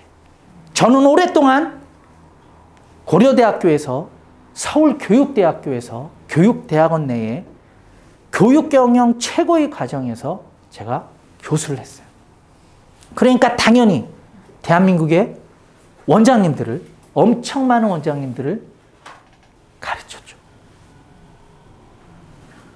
그리고 수많은 학생들도 가르쳤어요. 그런데 대한민국이 그럼에도 불구하고 덜 변해요. 그래서 선택한 앞으로의 길은 저는 이제 부모 교육을 할 거예요. 부모님들에게 이걸 가르쳐 줄 거예요. 자녀 컨트롤 연령을 대학교 4학년까지 가셔야 된다고. 그래야 그 자녀가 성공하고 그 성공한 젊은이들이 모여서 대한민국은 훨씬 더 강력한 나라가 될 겁니다. 공감하시죠? 네. 대학교 때 4년 동안 흐트러지지만 않았어도 내가 대학교 때 4년 동안 흐트러지지만 않았어도 지금의 남편이 아니었을 수 있었는데 자, 끝은 훈훈하게 끝은 훈훈하게. 자, 현명한 자녀 교육을 위한 팁. 현실의 문제를 넘어서야 미래를 대비할 수 있습니다. 자, 불편을 감내하지 않은 성공이란 존재하지 않는 법입니다. 현실적으로 온라인 수업이 불편하더라도 현실적인 이야기를 해볼게요. 현실적으로 온라인 수업이 불편하더라도 온라인 수업에 적응시키셔야 돼요. 우리 아이들을. 왜냐? 온라인 수업이 학습 효과가 떨어진다고 불편함을 호소하시는 부모님들이 많이 계셔서 그 결과 학습을 단절시키는 아이들은 학력 저하가 생기는 거예요. 그래서 온라인 수업에 빠르게 적응하셔야 되고 온라인 수업에 적응한 학생의 미래가 밝은 법입니다. 온라인 수업에 적응하지 못하면 미래가 불투명해져요. 그래서 유비쿼터스 시대가 이미 도래했습니다. 유비쿼터스 시대가 이미 도래해서 온라인과 오프라인의 균형 잡힌 학습으로 훈련된 아이가 그 아이의 미래가 밝을 거예요. 이 말이 무슨 말인지 아시죠? 메타버스. 미래의 플랫폼. 그래서 페이스북이 어느 금요일날 2주 전 금요일날 갑자기 회사명을 바꾼다고 했어요. 그래서 메타.com은 460억에 매매가 되었다는 이야기예요. 그 도메인 하나가. 세상은 다른 세상으로 가고 있는 거예요. 다른 세상의 교육으로 가고 있는 거예요. 그래서 구태의연한 교육을 하고 있는 오프라인에 매몰되지 마시라는 이야기예요. 오프라인에 매몰시키면 그 아이의 미래는 어둡습니다. 이 광진에도 유명한 학원들이 있어요. 과연 이 학원들을 오프라인에 매몰되어 있는 건지, 과연 온라인과 유비쿼터스 시대에 알맞는 교육을 펼치는지 판단하셔야 돼요. 자, 이렇게 해서 2부도 마치고 인사드리도록 하겠습니다. 자, 이제 3부 시작해도 되겠죠? 오늘 어떻게 하실 거예요? 오늘 어떻게 하실 거예요? 이 광진의 맘카페가 어떻게 돼야 돼요? 네, 뒤집어져야 돼요. 네. 3부는 그럼 겨울학기 학습 전략과 이제 수학의 힘 소개를 하도록 할게요. 오늘 이 3부의 내용 역시 좋습니다. 자, 어떤 아이가 서울대 의대에 진학할까요? 흔히 이제 공부를 잘하는 아이라고 대답을 하세요. 틀린 것은 아닌데 더 정확한 답은 공부를 잘하면서 수학을 잘하는 아이. 공부를 잘하는데 수학 못하면 서울대도 못 가고 의대도 못 갑니다. 그러니까 당연히 수학을 아주 잘하는 아이로 키우셔야 되겠죠. 그럼 우리나라 부모님들은 이제 시험에 민감하세요. 진짜 민감합니다. 우리나라 부모님들이 참 전 세계 1등인 게 많은데 어쨌든 시험에 민감함도 1등이에요. 시험에 너무 민감하다 보니까 아이의 시험 성적이 좋은 날은 이제 아빠가 일찍 퇴근을 하는데, 일단 아이의 성적이 좋으면 아빠가 집에 일찍 오는 게 불안한 나라잖아요. 오! 우리 부모님들은 되게 화목한가 봐요. 아니면 애가 공부를 너무 잘하든지. 그리고 일단 시험을 못 보면 우선은 이제 일단 학원이 바뀌어요. 그만큼 우리나라는 시험에 엄청 민감한 나라예요. 아주 지나칩니다. 그런데 이런 시험에 지나친 민감함이 저는 대한민국을 강하게 만들었다고 믿습니다. 저도 집안이 쫄딱 망하고 진짜 없는 살림에 유학을 갈 수 있도록 많은 사람들이 도왔어요. 남이 도왔겠어요? 없는 살림에 그냥 없는 형편에 십시일반 모아서 갔어요, 저는. 돌아와서는 제가 10배 이상으로 다 갚았어요. 10배가 뭐야? 100배로 갚은 사람도 있어. 집을 사준 사람도 있으니까. 지금 그 집이 얼마겠어? 자, 시험에 대한 지나친 민감함이 대한민국을 강하게 만들었어요. 이 믿음은 되게 커요. 대한민국을 강하게 만든 힘은 우리 부모님들의 힘이에요. 이 교육에 대한 열정. 교육에 대한 열정이 지나치다 보니까 시험에 대해 당연히 민감할 수밖에 없는 거고, 이 구조의 나라인 거죠. 자녀가 중학생이 되는 시기에 영어와 수학 학습에 이제 또 좀 더 민감해지시게 됩니다. 좋은 학원을 이제 찾으려고 이제 애를 쓰죠. 그래서 이제 좋은 학원을 찾다 보니까 이제 어학원은 이땡땡 어학원이 아주 유명한 어학원이 되는 거고, 이름을 굳이 말하진 않아도 다 아시잖아요. 그렇죠? 네. 모르시는 분들을 위해서는 이따 밖으로 나오시면 알려드릴게요. 자, 그 다음에 이제 수학학원도 이제 여러 군데를 이제 알아보시면서 다니세요. 자, 근데 이제 부모님들이 영어와 수학 학습에 대해서 이해 차이를 이제 극복하셔야 될 게 있는데, 우리 부모님들한테는 가장 어려운 과목이 영어와 수학이었습니다. 저는 수학의 정석으로 공부했어요. 어떤 사람이 이런 오해를 하더라고요. 수학의 정석을 누가 썼어요? 홍성대 할아버지께서 쓰셨거든요. 저희 아버님의 성함은 홍성은이에요. 누가 그러는 거예요? 수학의 힘의 저자인 홍정환은 홍성대의 자녀라고. 뭐 집안이라고 이런 얘기를 너무 많이 들었는데 그냥 먼 친척인 거지. 수학의 정석과 수학의 힘은 다른 거예요. 자, 우리 부모님들한테 영어와 수학은 가장 어려운 과목인데 아이들한테는 그렇진 않아요. 저는 수학의 정석과 해결의 법칙, 즉 해법밖에 없던 시절에서 공부를 했고 우리 부모님들은 그 다음 세대에 개념 원리로 공부하시는 세대들이죠. 지금은 어때요? 진짜 출판사마다 쏟아내는 책들이 너무너무너무 많습니다. 요즘 아이들은.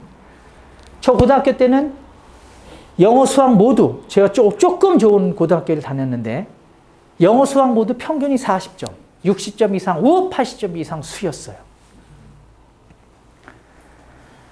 제가 고등학교 때 그렇게 영어는 정말 잘했어요.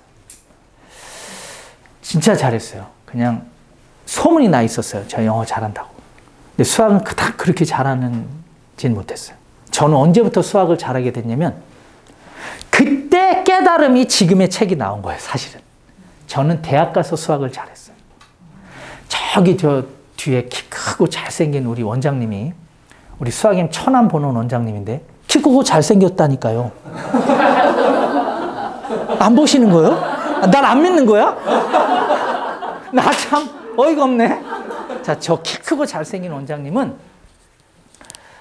서울대 기계공학부 출신이고 실리콘밸리와 삼성전자의 사장실? 네, 사장 부속실에서 근무하셨던 엘리트 원장님이에요. 대원고등학교. 대원고등학교. 네, 대원고등학교 나오신, 대원고등학교 출신이에요. 네, 맞아요. 대원고등학교 출신에.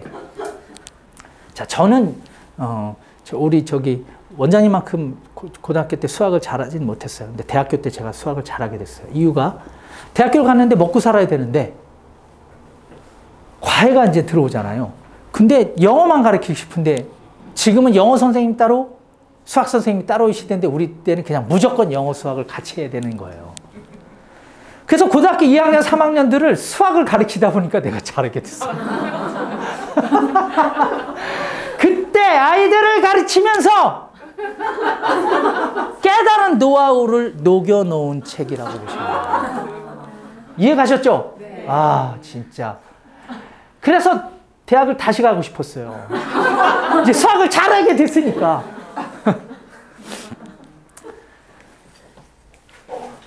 분위기가 많이 좋아졌습니다.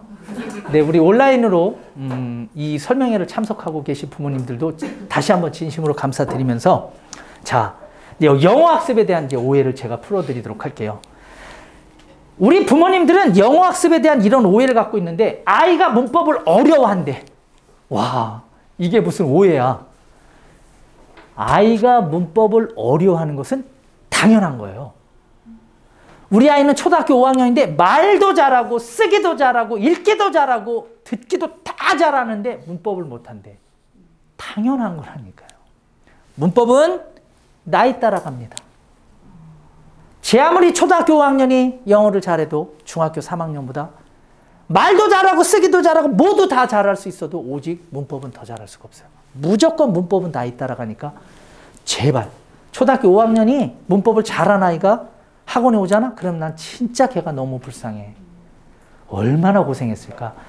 중3은 자신의 에너지의 30만 들여도 문법을 잘할 수 있는데 초등학교 5학년은 자신의 에너지를 100% 발휘해야 문법을 잘할 수 있는 거예요. 그래서 문법 공부 일찍 시작해야 된다는 이 오해를 하지 마시길 바랍니다. 문법은 어차피 된다니까. 언제? 중학교 2학년 때. 중학교 2학년 때 교과서 하나가 8개의 단원. 중간고사 때 1, 2단원. 기말고사 때 3, 4단원. 2학기 중간고사 때 5, 6단원. 2학기 기말고사 때 7, 8단원. 한 번 시험 볼 때마다 무려 학원 잘 만나면 학생들한테 1000문제 이상씩을 풀리는 거예요. 그럼 그 1, 2단원에 나오는 문법이 다 이해가 그때 간다니까. 그리고 문법 잘한 우리 부모님들 지금 뭐하고 사세요? 문법 잘했던 부모님들이 지금 뭐하고 사느냐고. 그러니까 좀 제발 좀 이 문법으로 애들 좀 괴롭히지 마시라고요. 그리고 영어는 또 일찍 끝내야 된대. 이 말도 안 되는 얘기를 하는 거야. 영어는 초등학교 2학년 때까지 말을 끝내야 돼. 초등학교 2학년 때까지만 언어예요. 초등학교 3학년부터는 학문이 되는 거야. 외국어가 되는 거라고. 그런데 뭐 초등학교 3학년부터 뭐 최고의 어학원을 찾아다니 다 필요 없다니까. 안 된다고요. 그거는 이미 초등학교 2학년 때까지 끝내셔야 돼요. 리틀 팍스에서 나오는 저니 투 더 웨스트 이런 것들을 완벽하게 6살, 7살 아이가 듣고 내가 아는 아이는 그거 보다가 갑자기 멈춰. 그래서 다시 백해. 왜 그러냐니까 내가 이걸 못 알아들었어. 이렇게 얘기를 하더라고. 7살짜리 아이가. 그렇게 키우셔야 돼요. 제가 아는 애가 그래요. 영어는 일찍 끝내야 한다는 거 오해해요. 왜냐? 제 경험상 영어는 6개월을 초집중하면 고3 수능까지 끝낼 수 있습니다. 제 경험은 그래요. 제가 많은 아이들을 가르쳤는데 저는 영문학과 출신이에요. 뭐야 이런 반응. 나 수학임 대표라니까. 영문학과 출신이라니까. 자, 영문학과 출신이에요. 그래서 한때는 이 영어 강사로 날렸어. 그때 찾아온 아이들이 머리가 좋은 아이가 딱 고등학교 2학년 때 6개월만 헌신하고 집중하면 수능 1등급을 맞더라는 거죠. 영어는 고등학교 때 역전된다니까. 그러니까 뭐 일찍 끝내야 된다. 이 말도 안 되는 얘기. 이거 신경 쓰지 마시라고요. 영어와 수학 학습 방법의 관점은 영어 학습의 포인트는 초등에 두는 건 맞아요. 당연히. 그렇게 하셔야죠. 그런데 수학 학습의 포인트는 중등에 두시는 것도 맞아요. 밸런스는 그런데 지금 이 세상이 많이 바뀌었어. 많이 바뀌었어. 왜냐? 이걸 바꿔놓은 건 코로나야. 코로나로 학교가 정상적이지 않기 때문에 이젠 초등학생도 저학년부터 수학 교육을 해야 되는 시대로 바뀐 거예요. 이게 맞는 것임에도 불구하고 이해들 가셨죠? 네. 영어와 수학 학습의 이제 결과 차이는 이거예요. 바로 수학은 고3이 돼도 어때요? 변화가 크지 않습니다. 선생님 잘 만난다고 해서 변화가 생기는 거 아니에요. 수학이 고3 돼도 변화하는 건 그런 거예요. 온 집안이 그냥 3대가 다 의사인데 의사 집안인데 내내 고등학교 2학년 때까지 공부 안 하다가 갑자기 공부하고 싶어서 미친 듯이 수학하는 그의 전국에 몇 명만 바뀌는 거예요. 영어는 그런데 그렇지 않아요. 영어는 고3이 돼도 역전이 가능합니다. 이해 가셨죠? 네. 그리고 수학에 대한 그런 이제 오해를 이제 풀어드리도록 할게요. 이제 영어 학습의 전략들을 어떻게 세우셔야 될지 말씀드렸어요. 겨울방학부터 그럼 수학 학습은 이런 오해가 있습니다. 수학은 어렵다라고 생각해요. 수학 어렵지 않아요. 부모님이 어려워하는 그 체감만큼 아이들의 체감은 달라요. 그렇지 않다는 걸 아셔야 되고 수학은 자기주도가 안 된다. 수학이야말로 자기주도가 잘 되는 과목이에요. 수학에 미치면 이런 거죠. 제가 대학교 때 수학에 미쳐서 왜냐면 수학 미친 건 아니고 먹고 살려고 한 문제가 풀리지 않았는데 이거를 해답 보고 하면은 애 앞에서 설명하기가 너무 이게 자신이 없을 것 같은 거예요. 그래가지고 이걸 어떻게 해야 되는데 내가 깨닫고 해야 돼서 지수 로그 파트에서 일주일을 한 문제를 갖고 고민했는데 그게 어느 날 풀렸어요. 그 지수 로그 전체를 이해했어요. 수학이야말로 자기주도 학습이 가능하니까 수학은 이렇게 시키셔야 돼요.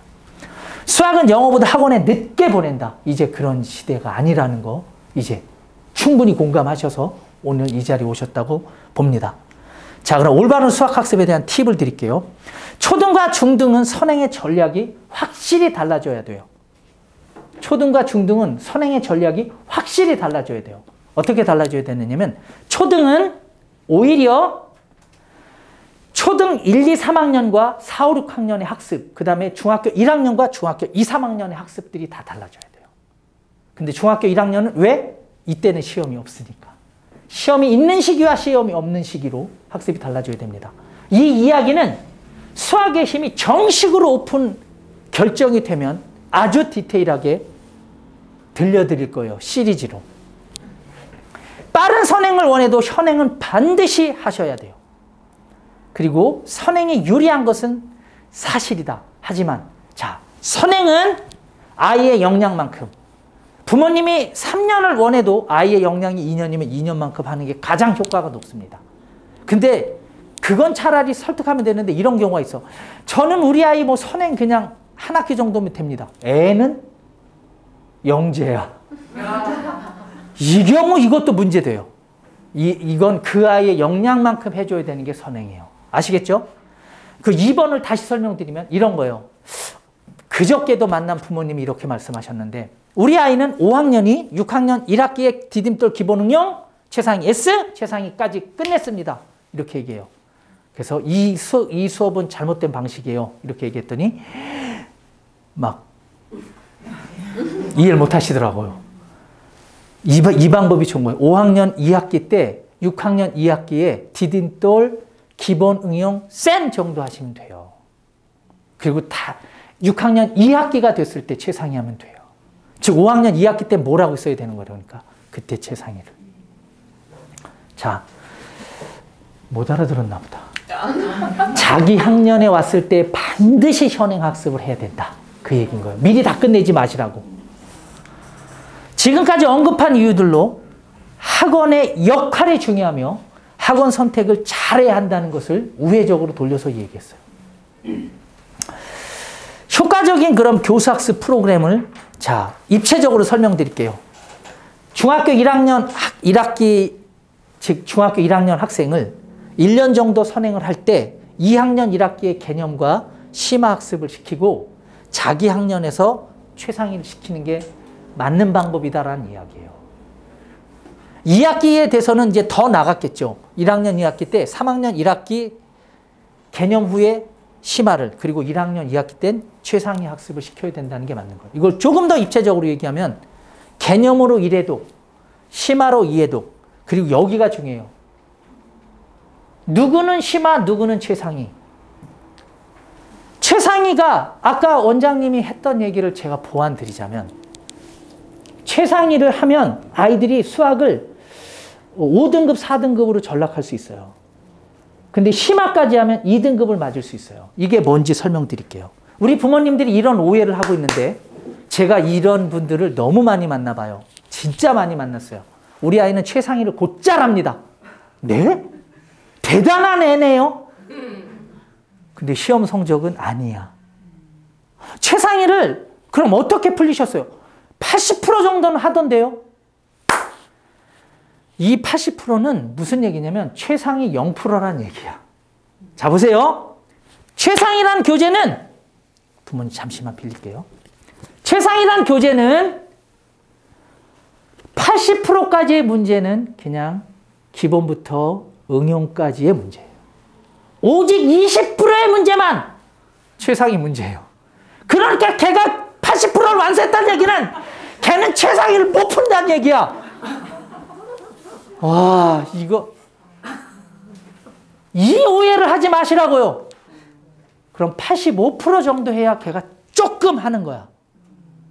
90% 이상의 완수를 보여야 최상위를 얼추 하는 거고 최상위를 거의 완벽하게 해야 비로소 걔가 최상위를 곧잘 하는 아이가 되는 거예요. 여기에 상당한 오해가 있어서 그냥 전국에 원래 최상위가 만들어진 이유는 4% 아이들에게 적합선인데 전국에 60% 아이들이 최상위를 공부하고 있어요. 그 얘기를 아까 하시고 싶었던 거예요. 이해가셨죠? 그래서 심화를 차라리 반복하는 게 더 낫더라. 심화를 반복시키는 게 더 낫더라. 이 점을 명심하시기 바랍니다. 수학. 그럼 이제 수학의 힘이 어떤 장점이 있는지 이제 슬슬 이제 수학의 힘 소개로 살짝 넘어가 볼게요. 저희 수학의 힘 클래스의 교수학습 장점은 우선 단계별 반복 심화학습. 요즘 아이들이 부모님 세대보다 수학을 잘하는 이유 우리는 개념 원리로 공부했고 요즘의 아이들은 개념서, 유형서, 심화서, 심화 최상위서를 단계별로 반복 학습하다 보니까 요즘 아이들이 수학 학습을 체득하는 시스템이 달라서 잘하는 거예요. 우리 부모님들은 지능이 85고 우리 아이들이 120인 게 아니라 지능은 대한민국은 전 세계 1, 2등이잖아요. 홍콩하고 이게 바뀌잖아요, 매번. 공부 좀 하셔야 되겠어요.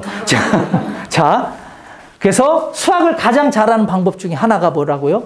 개념학습, 유형학습, 심화학습, 최상위학습, 경시학습으로 연결시켜서 반복시키는 거예요.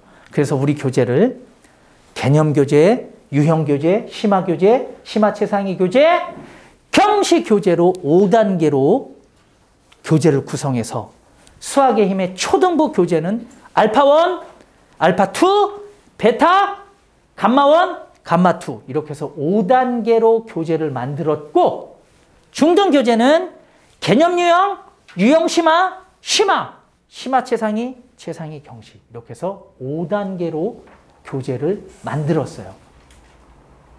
이해가셨죠? 왜 이런 교재를 만들었는지. 아마 예, 제가 만들었죠. 저 혼자 만든 건 아니고 저희 교재는 천재교육과 만들었어요.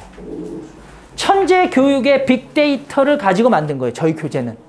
대부분의 다른 학원들처럼 짜집기 한 교재가 아니고요. 짜집기 한 여기 이 일대에 있는 학원들도 큰 학원들이 교재들을 대부분 짜집기 했어요. 뭐 그냥 기역으로 시작하는 학원도 짜집기를 했고 니은으로 시작하는 학원도 짜집기를 했어요. 근데 이 짜집기를 하면 안 돼요. 왜냐? 그 저작권이 없어요. 이 저작권 굉장히 저는 중요하다고 생각해요. 제가 미국에서 공부하고 캐나다에서 공부했기 때문에 이 저작권이 없어요. 그 책에는 기역으로 시작해서 4글자로 끝나는 학원과 니은으로 시작해서 세 글자로 끝나는 학원들도 다 교재를 만들었다니까요. 근데 그건 저작권이 없는 세상에 떠도는 DB를 짜집기 한 교재라고요.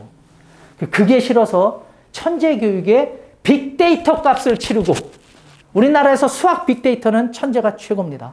이미 아실 거예요. 40년 동안 교과서 점유율 1등이잖아요. 그래서 천재교육에 정말 좋은 빅데이터를 이용해서 저와 저희 연구진과 천재교육의 편집자들과 저 빅데이터를 이용해서 함께 공동으로 개발했어요. 천재교육의 직원 수가 무려 1,700명이에요. 그렇게 해서 세상에 나온 교재예요. 그냥 뭐 프랜차이즈 하려고 이 교재 만든 거 아니에요. 정말 좋은 교재예요. 실제로 더 정확하게 말씀드릴게요. 센 쓰기 싫어서 이 교재를 만들었어요. 최상위 교재 쓰기 싫어서 이 교재를 만들었어요. 최상위 교재의 문항들 중에 진짜 좀 거시기해서 진짜 쓰기 싫어가지고 필요한데 저한테 문항이 없어서 그 빅데이터를 천재한테 받아서 만들었습니다. 이해하셨죠? 네. 그렇게 해서 단계별로 5단계로 만들었어요. 교재의 수준은 곧 학생의 수준이 실력이 됩니다. 그리고 교재 수준은 곧 학원의 수준이에요. 이 점 명심하시기 바랍니다. 수학임 교수학습의 장점 두 번째. 저희가 대한민국에서 제일 잘하는 거 몇 가지가 있는데 첫 번째가 바로 이 프리노트, 오답노트 훈련인데 153 학원 역시 광진에서 이 관리를 가장 뛰어나게 잘합니다. 가장 뛰어나게 이미 잘하고 있던 학원이에요. 자, 그리고 저희가 이걸 장려하기 위해서 프로바 컨테스트를 해서 아이들을 독려하고 열심히 하게 합니다. 자, 세 번째 장점은 저희는 테스트가 굉장히 뛰어나요. 그래서 데일리 테스트, 위클리 테스트, 먼슬리 테스트. 학기가 끝났을 때 학기말 학력평가, 학년이 끝났을 때 학력평가, 그리고 중등 내신 모의고사, 고등 내신 수능 모의고사 등등의 이 평가 체계가 아주 잘 잡혀 있어요. 왜 평가 체계를 잡아놨느냐? 자, 실력은 뭐로 증명한다?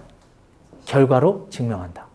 근데 실력을 뭐로 증명하려고 한다? 세상은 과정으로 증명하려고 한다. 얘가 초등학교 6학년인데 고등 수학을 하고 있어요. 와, 이게 걔의 실력이 아니에요. 세상은 학원은 어떻게 하면 크느냐? 이러면 커요. 학원 키우는 건 일도 아니야. 학원은 초등학교 6학년한테 이걸 그냥 고등 수학 정석이라고 생각하세요. 자, 학원이 이러면 대박 커져. 초등학교 6학년 학생한테 고등 수학의 정석을 들려주면 그 학원은 그냥 벌떼처럼 커집니다. 근데 그 아이들의 실력은 과연 초등학교 6학년 학생이 고등 수학을 할 수 있는지는 증명은 안 된 거예요. 그 증명을 해주는 것이에요. 그 증명. 증명은 뭐를 통해서? 테스트를 통해서. 그렇게 시스템을 만들어놨어요. 그 다음에 이제 스페셜한 이벤트들이 있습니다. 이게 바로 전교 1등 프로젝트. 실제로 전교 1등을 만드는 거예요. 학원에 불러서 그리고 온라인에 앉혀서 온오프 전교 1등 프로젝트 6주를 진행해서 실제로 만드는 거예요. 전교 1등 만드는 게 그거 진짜 너무 쉬워요. 너무 쉽다니까요. 전교 1등 만드는 게 얼마나 쉽냐면 영어와 수학은 일단 100점을 맞잖아. 그건 학원이 만들어 주니까. 1000문제씩 풀리는데 근데 애들이 전교 1등은 못 되면 못해. 우리 부모님들이 고등학교 다닐 때 유일하게 100점 맞았던 과목 도덕 때문에 애들이 전교 1등 못 한다니까. 요즘 아이들은 도덕을 100점을 못 맞는다니까요. 사회를 100점을 못 맞고. 그래서 전교 1등 프로젝트 6주는 6주 내내 암기 과목을 3회독을 시키는 거야. 6주 동안 저기 암기 과목 공부시킨다니까요. 어차피 영수는 학원에서 다 만들어주잖아. 그렇게 해서 암기 과목을 암기 과목 100점 그걸 왜 못 맞아? 나 이해를 못하겠네. 그러니까 암기 과목마다 100점 맞으면 걔가 전교 1등이라니까요. 이렇게 해서 전교 1등을 만드는 거예요. 너무 쉽다니까. 그리고 자기주도 10-1은 뭐냐면 방학 때 아이들이 좀 오전에 흐트러지는 걸 방지하기 위해서 아침 10시는 최소한 자리에 앉아서 1시까지 공부하고 밥 먹고서 학원 가라. 이게 바로 자기주도 10-1 학습. 그럼 집에서 너희들은 해. 관리는 우리가 할게. 이게 지금 자기주도 10-1을 관리하는 모습입니다. 자, 저희 수학의 힘을 본격적으로 소개해 볼게요.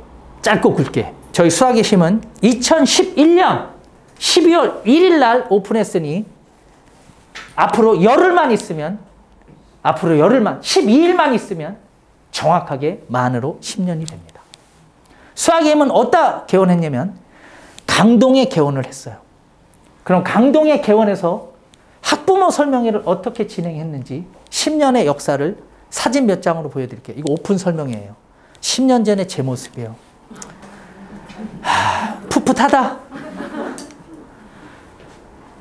1주년 기념 설명회 때 강동 구민회관에 609석을 다 채운 거예요.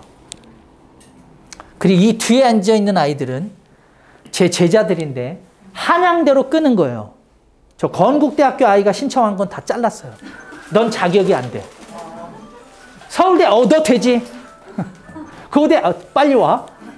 한양대 잠깐만 기다려봐. 애들 몇 명 모집되는지 보고 33명을 그렇게 해서 모으는 거예요. 제 제자들을. 이 아이들이 얼마나 영광스럽게 이 자리를 메워줬는지 지금도 이 아이들한테 너무나 감사해요. 지금은 다 변호사 의사들 다 돼 있어요. 자, 1주년 기념 설명회를 이렇게 했어요. 자, 2주년 기념회 설명회에서부터는 너무 인원이 많아서 오전에 380명, 오후에 380명을 했어요. 3주년 기념회 설명회도 마찬가지로 오전, 오후, 4주년까지 같은 장소에서 오전에 380명, 오후에 380명을 했고, 그리고 드디어 그 유명한 5주년 기념 설명회예요. 이게 요 자리서부터 저 끝에까지 자리가 70m예요. 70m에 요 보이지 않는데 외부에도 들어오지 못한 분들이 너무 많아서 그 난리가 났던 5주년 기념 설명회. 우리나라에서 제일 큰 식당이 강동에 있었는데 3,000평짜리 식당 드마리스 설명회예요. 제가 우리 부모님들한테 너무 감사해서 부페를 쌌어요.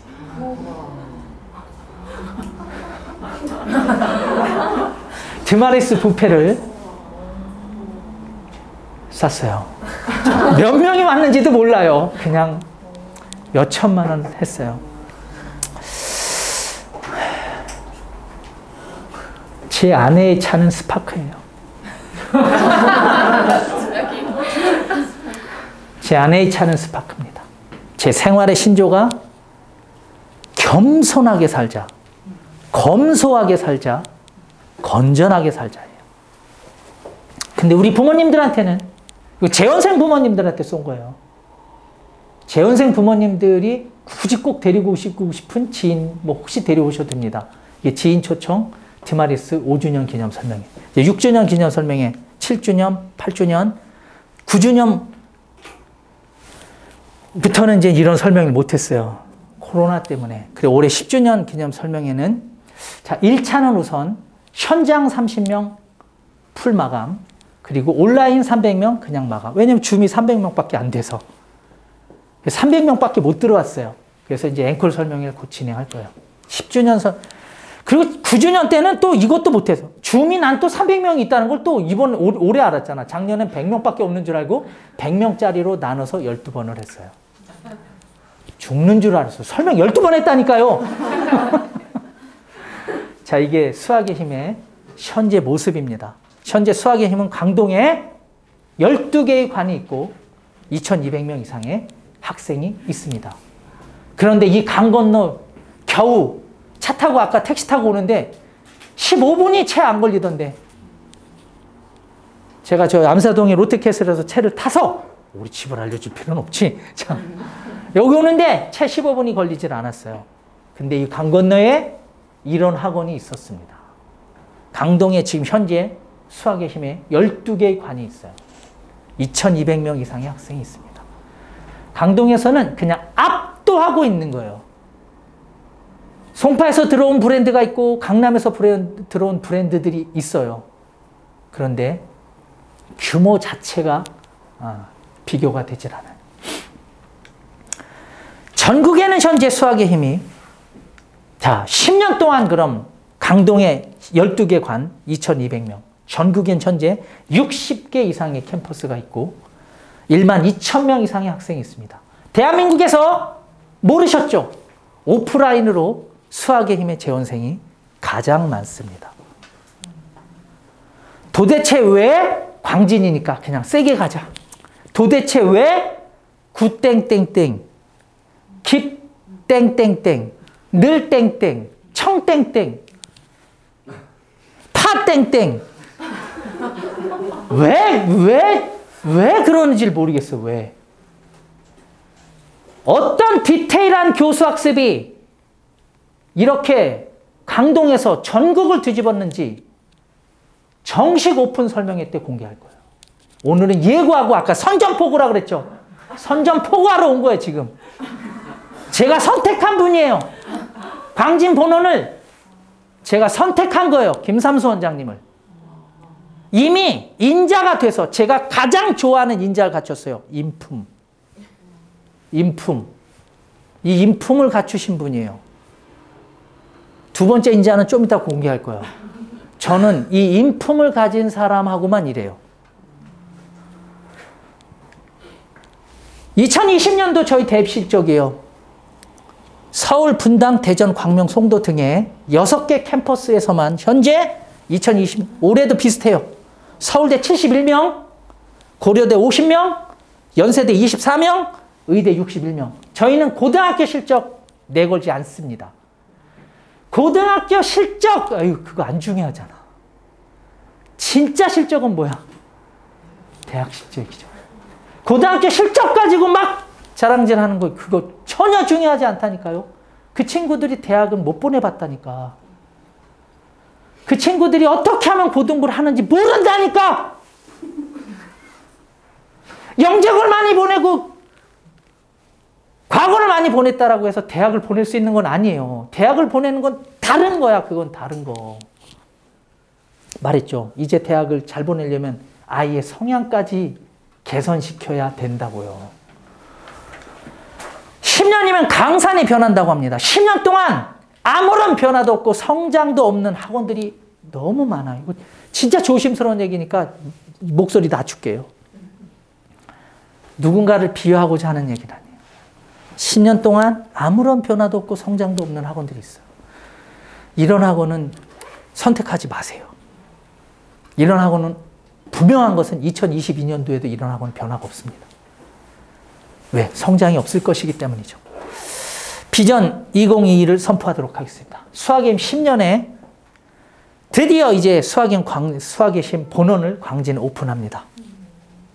자, 그러기 위해서 오늘 1차적인 시도는 초등 6학년, 즉 예비중학교 1학년에 수학의 힘 클래스가 먼저 오픈이 돼요. 먼저 오픈이 돼서 선을 베고, 자, 이게 이제 풀어야 할 숙제예요.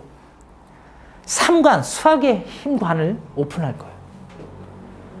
근데 건물이 없어요. 혹시나 오늘 저기 설명회를 듣고 계시는 우리 부모님들 중에 광진의 요 학원 사거리, 학원가에 건물을 갖고 계시면 연락 주시기 바랍니다. 연락 주시기 바랍니다. 제가 간절히 찾고 있어요.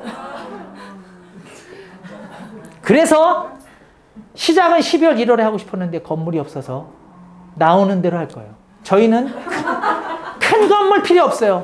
그냥 4, 50평이어도 일단 주시기만 하시면 돼요. 저희 강동에도 40평부터 90평짜리 건물로 12개예요. 40평부터 90평짜리로 12개가 있어요. 그렇게 가면 돼요. 필요한 건 300평 이상이지만 그거 그렇게는 없잖아 아예. 그러니까 그냥 4, 50평도 상관없으니까 일단 연락 주시기 바랍니다. 아니 혹시 현장에 계신 부모님들이 가시기 전에 연락 주셔도 돼요. 3관을 오픈하도록 하겠습니다. 이건 수학의 힘관으로 오픈할 거예요. 자, 저희가 12월에는 위례본원을 오픈합니다. 다음 주 월요일 날이 위례본원 설명회예요. 그리고 1월에는 미사직영관을 오픈합니다. 12월 14일이 저희 미사직영관 오픈 설명회예요. 또 하나 반가운 소식은 수학임 대치센터가 오픈될 거예요. 대치센터 이름은 바로 메타스쿨이에요. 2022년 2월에 대치동에 진출해서 이 메타스쿨에서 메타매스, 메타사이언스, 메타잉글리시, 메타입시. 전 영문학과 출신이라 그랬죠. 제가 메타스쿨 오픈 기념으로 전국에 있는 우리 수학임 재원생들에게 그래머 4주 특강을 할 거예요. 줌으로 300명을 동시에 오픈 기념으로 이런 세상을 수학의 힘이 준비하고 있는 거예요.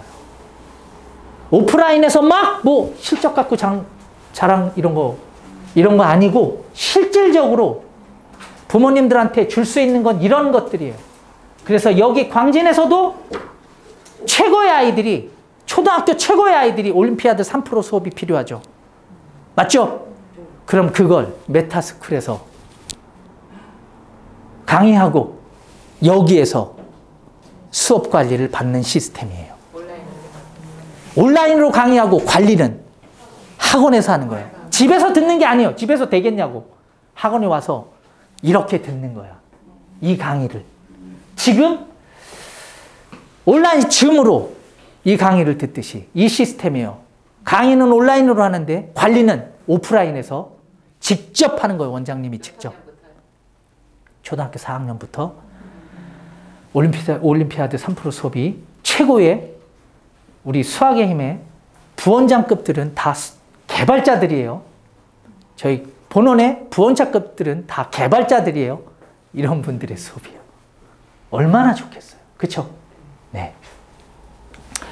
수학의 힘과 메타스쿨과 폼수학은 정식 설명회 때, 정식 오픈 설명회 때 공개하도록 할게요. 제가 오늘 남겨둔 내용이 많아요. 정식 오픈 설명회 때 다시 들려드리려고. 간단하게나마 수학의 힘하고 폼수학은 뭐가 다른 거예요? 수학의 힘은 초등 4학년부터 고등학교 3학년까지고 초등 1, 2, 3학년에 최적화된 독해 플러스 교과 수업이에요. 독해 플러스 교과 수업이에요. 우리나라 최초에 만들어진 독해력 플러스 교과. 제가 만들었어요. 왜 만들었냐면 이걸 만든 이유는 작년에 코로나가 터지고 아이들이 초등학교 1, 2, 3학년 때 수학 교육이 제대로 되지 않는 이 현실을 너무 가슴 아파서 만들었어요. 우리 목표는 전국 3만 명입니다. 또한 우리의 목표는 대한민국 최고의 수학 교육입니다.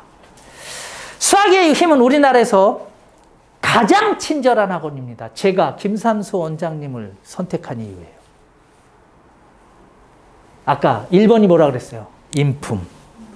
두 번째, 몸에 밴 친절함. 왜 그럴까요? 제가 되게 가슴 아픈 얘기 하나 할게요. 얼마 전에 네이버 뉴스에 잠깐 나고 사실은 제가 그 후로 너무너무 가슴이 아픈 사건이 있어요. 대전에서 제가 어제는 대전을 갔다 왔어요. 우리 대전 본원의 겨울학기 설명회를. 얼마 전에 우리 부모님들도 아시는 뉴스 내용일 수도 있는데 얼마 전에 대전에서 중학교 1학년 한 학생이 학원 건물에서 추락하는 일이 벌어졌어요.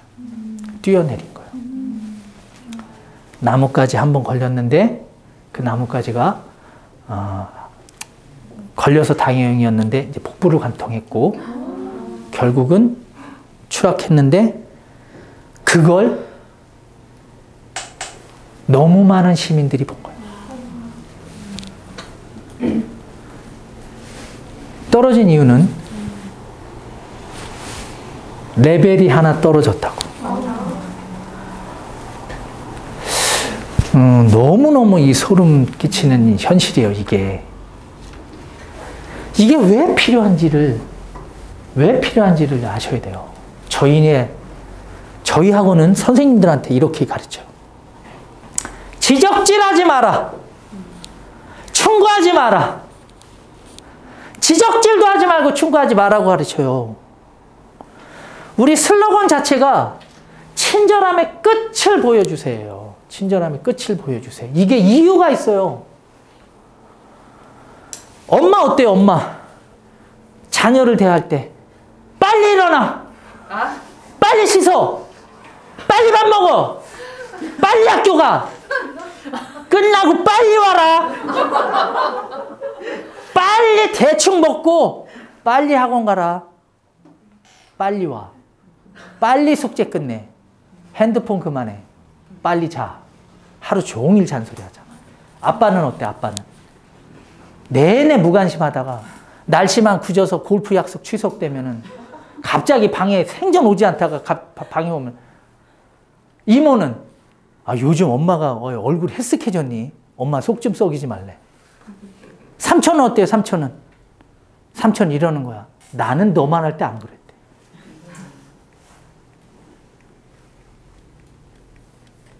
외할아버지 외할머니는 엄마 걱정한다고. 근데 오직 자기를 너무너무 예뻐하는 게 누구야? 할아버지 할머니. 근데 요즘은 목의 중심 사회잖아. 잘 안 가잖아. 이게 우리 아이들의 현실이야. 그럼 학교는 어때요? 초등학교 땐 그래도 나. 중학교 가면 이래. 아니 과목이 왜 이렇게 많아? 선생님들의 잔소리가 한 사람이면 좋겠는데 초등학교 땐 담임이 하나니까. 근데 이건 중학교 갔더니 과목이 몇 개야. 거기서 끝나질 않아요. 학교 밖에 나왔더니 영어학원 갔더니 영어 선생님이 난리. 국어학원 갔더니 국어 선생님 난리. 과학학원 갔더니 이젠 또 과학 선생님까지 난리.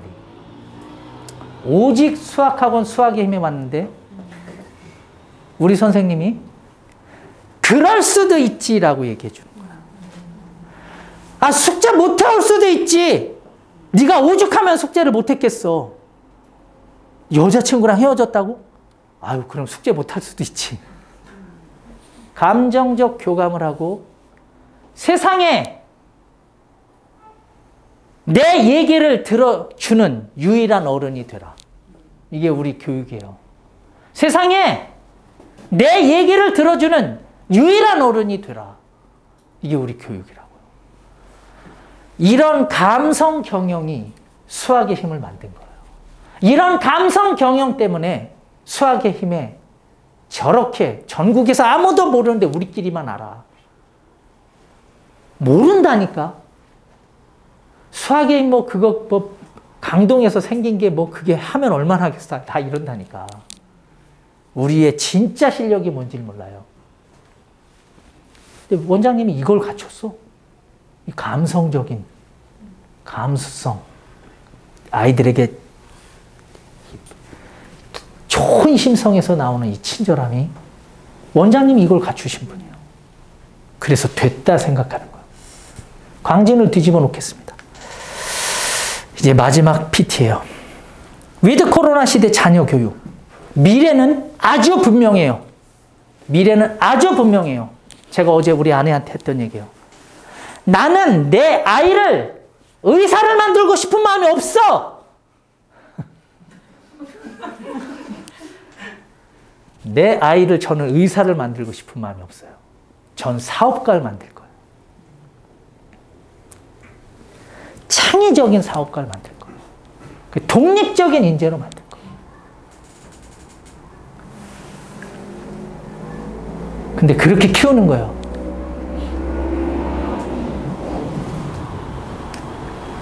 매출이 100억이 돼도 스파크를 타는 모습을 보여주는 거예요.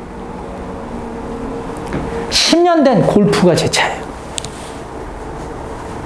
이런 것이 아이를 독립적인 아이로 키울 거라는 믿음과 확신 때문에 그렇게 실천해 가는 거예요. 물론 회사에 다른 차도 있긴 있어요.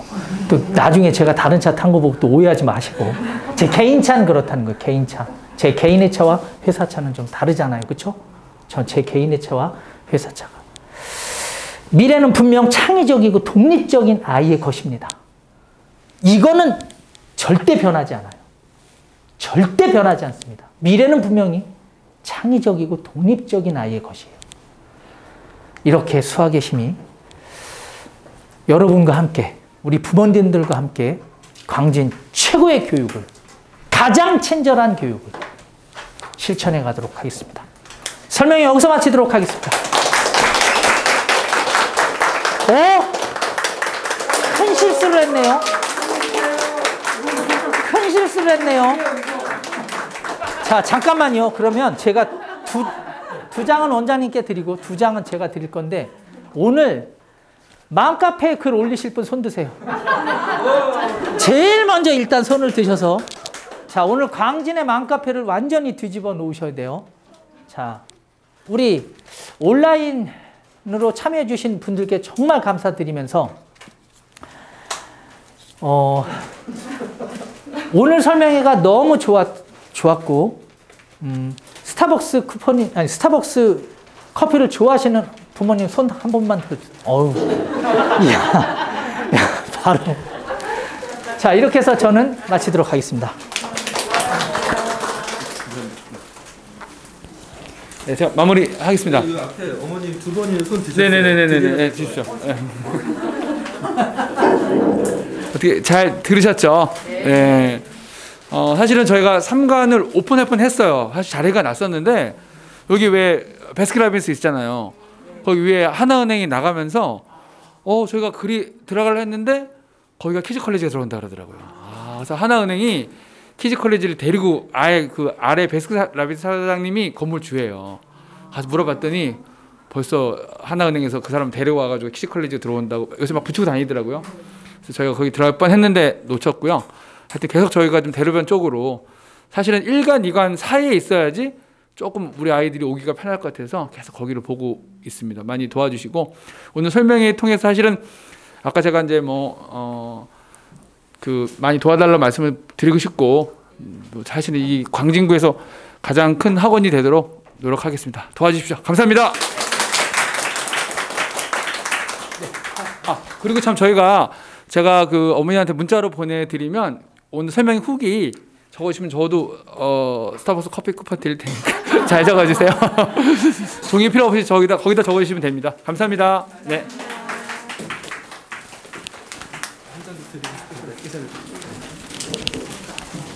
감사합니다.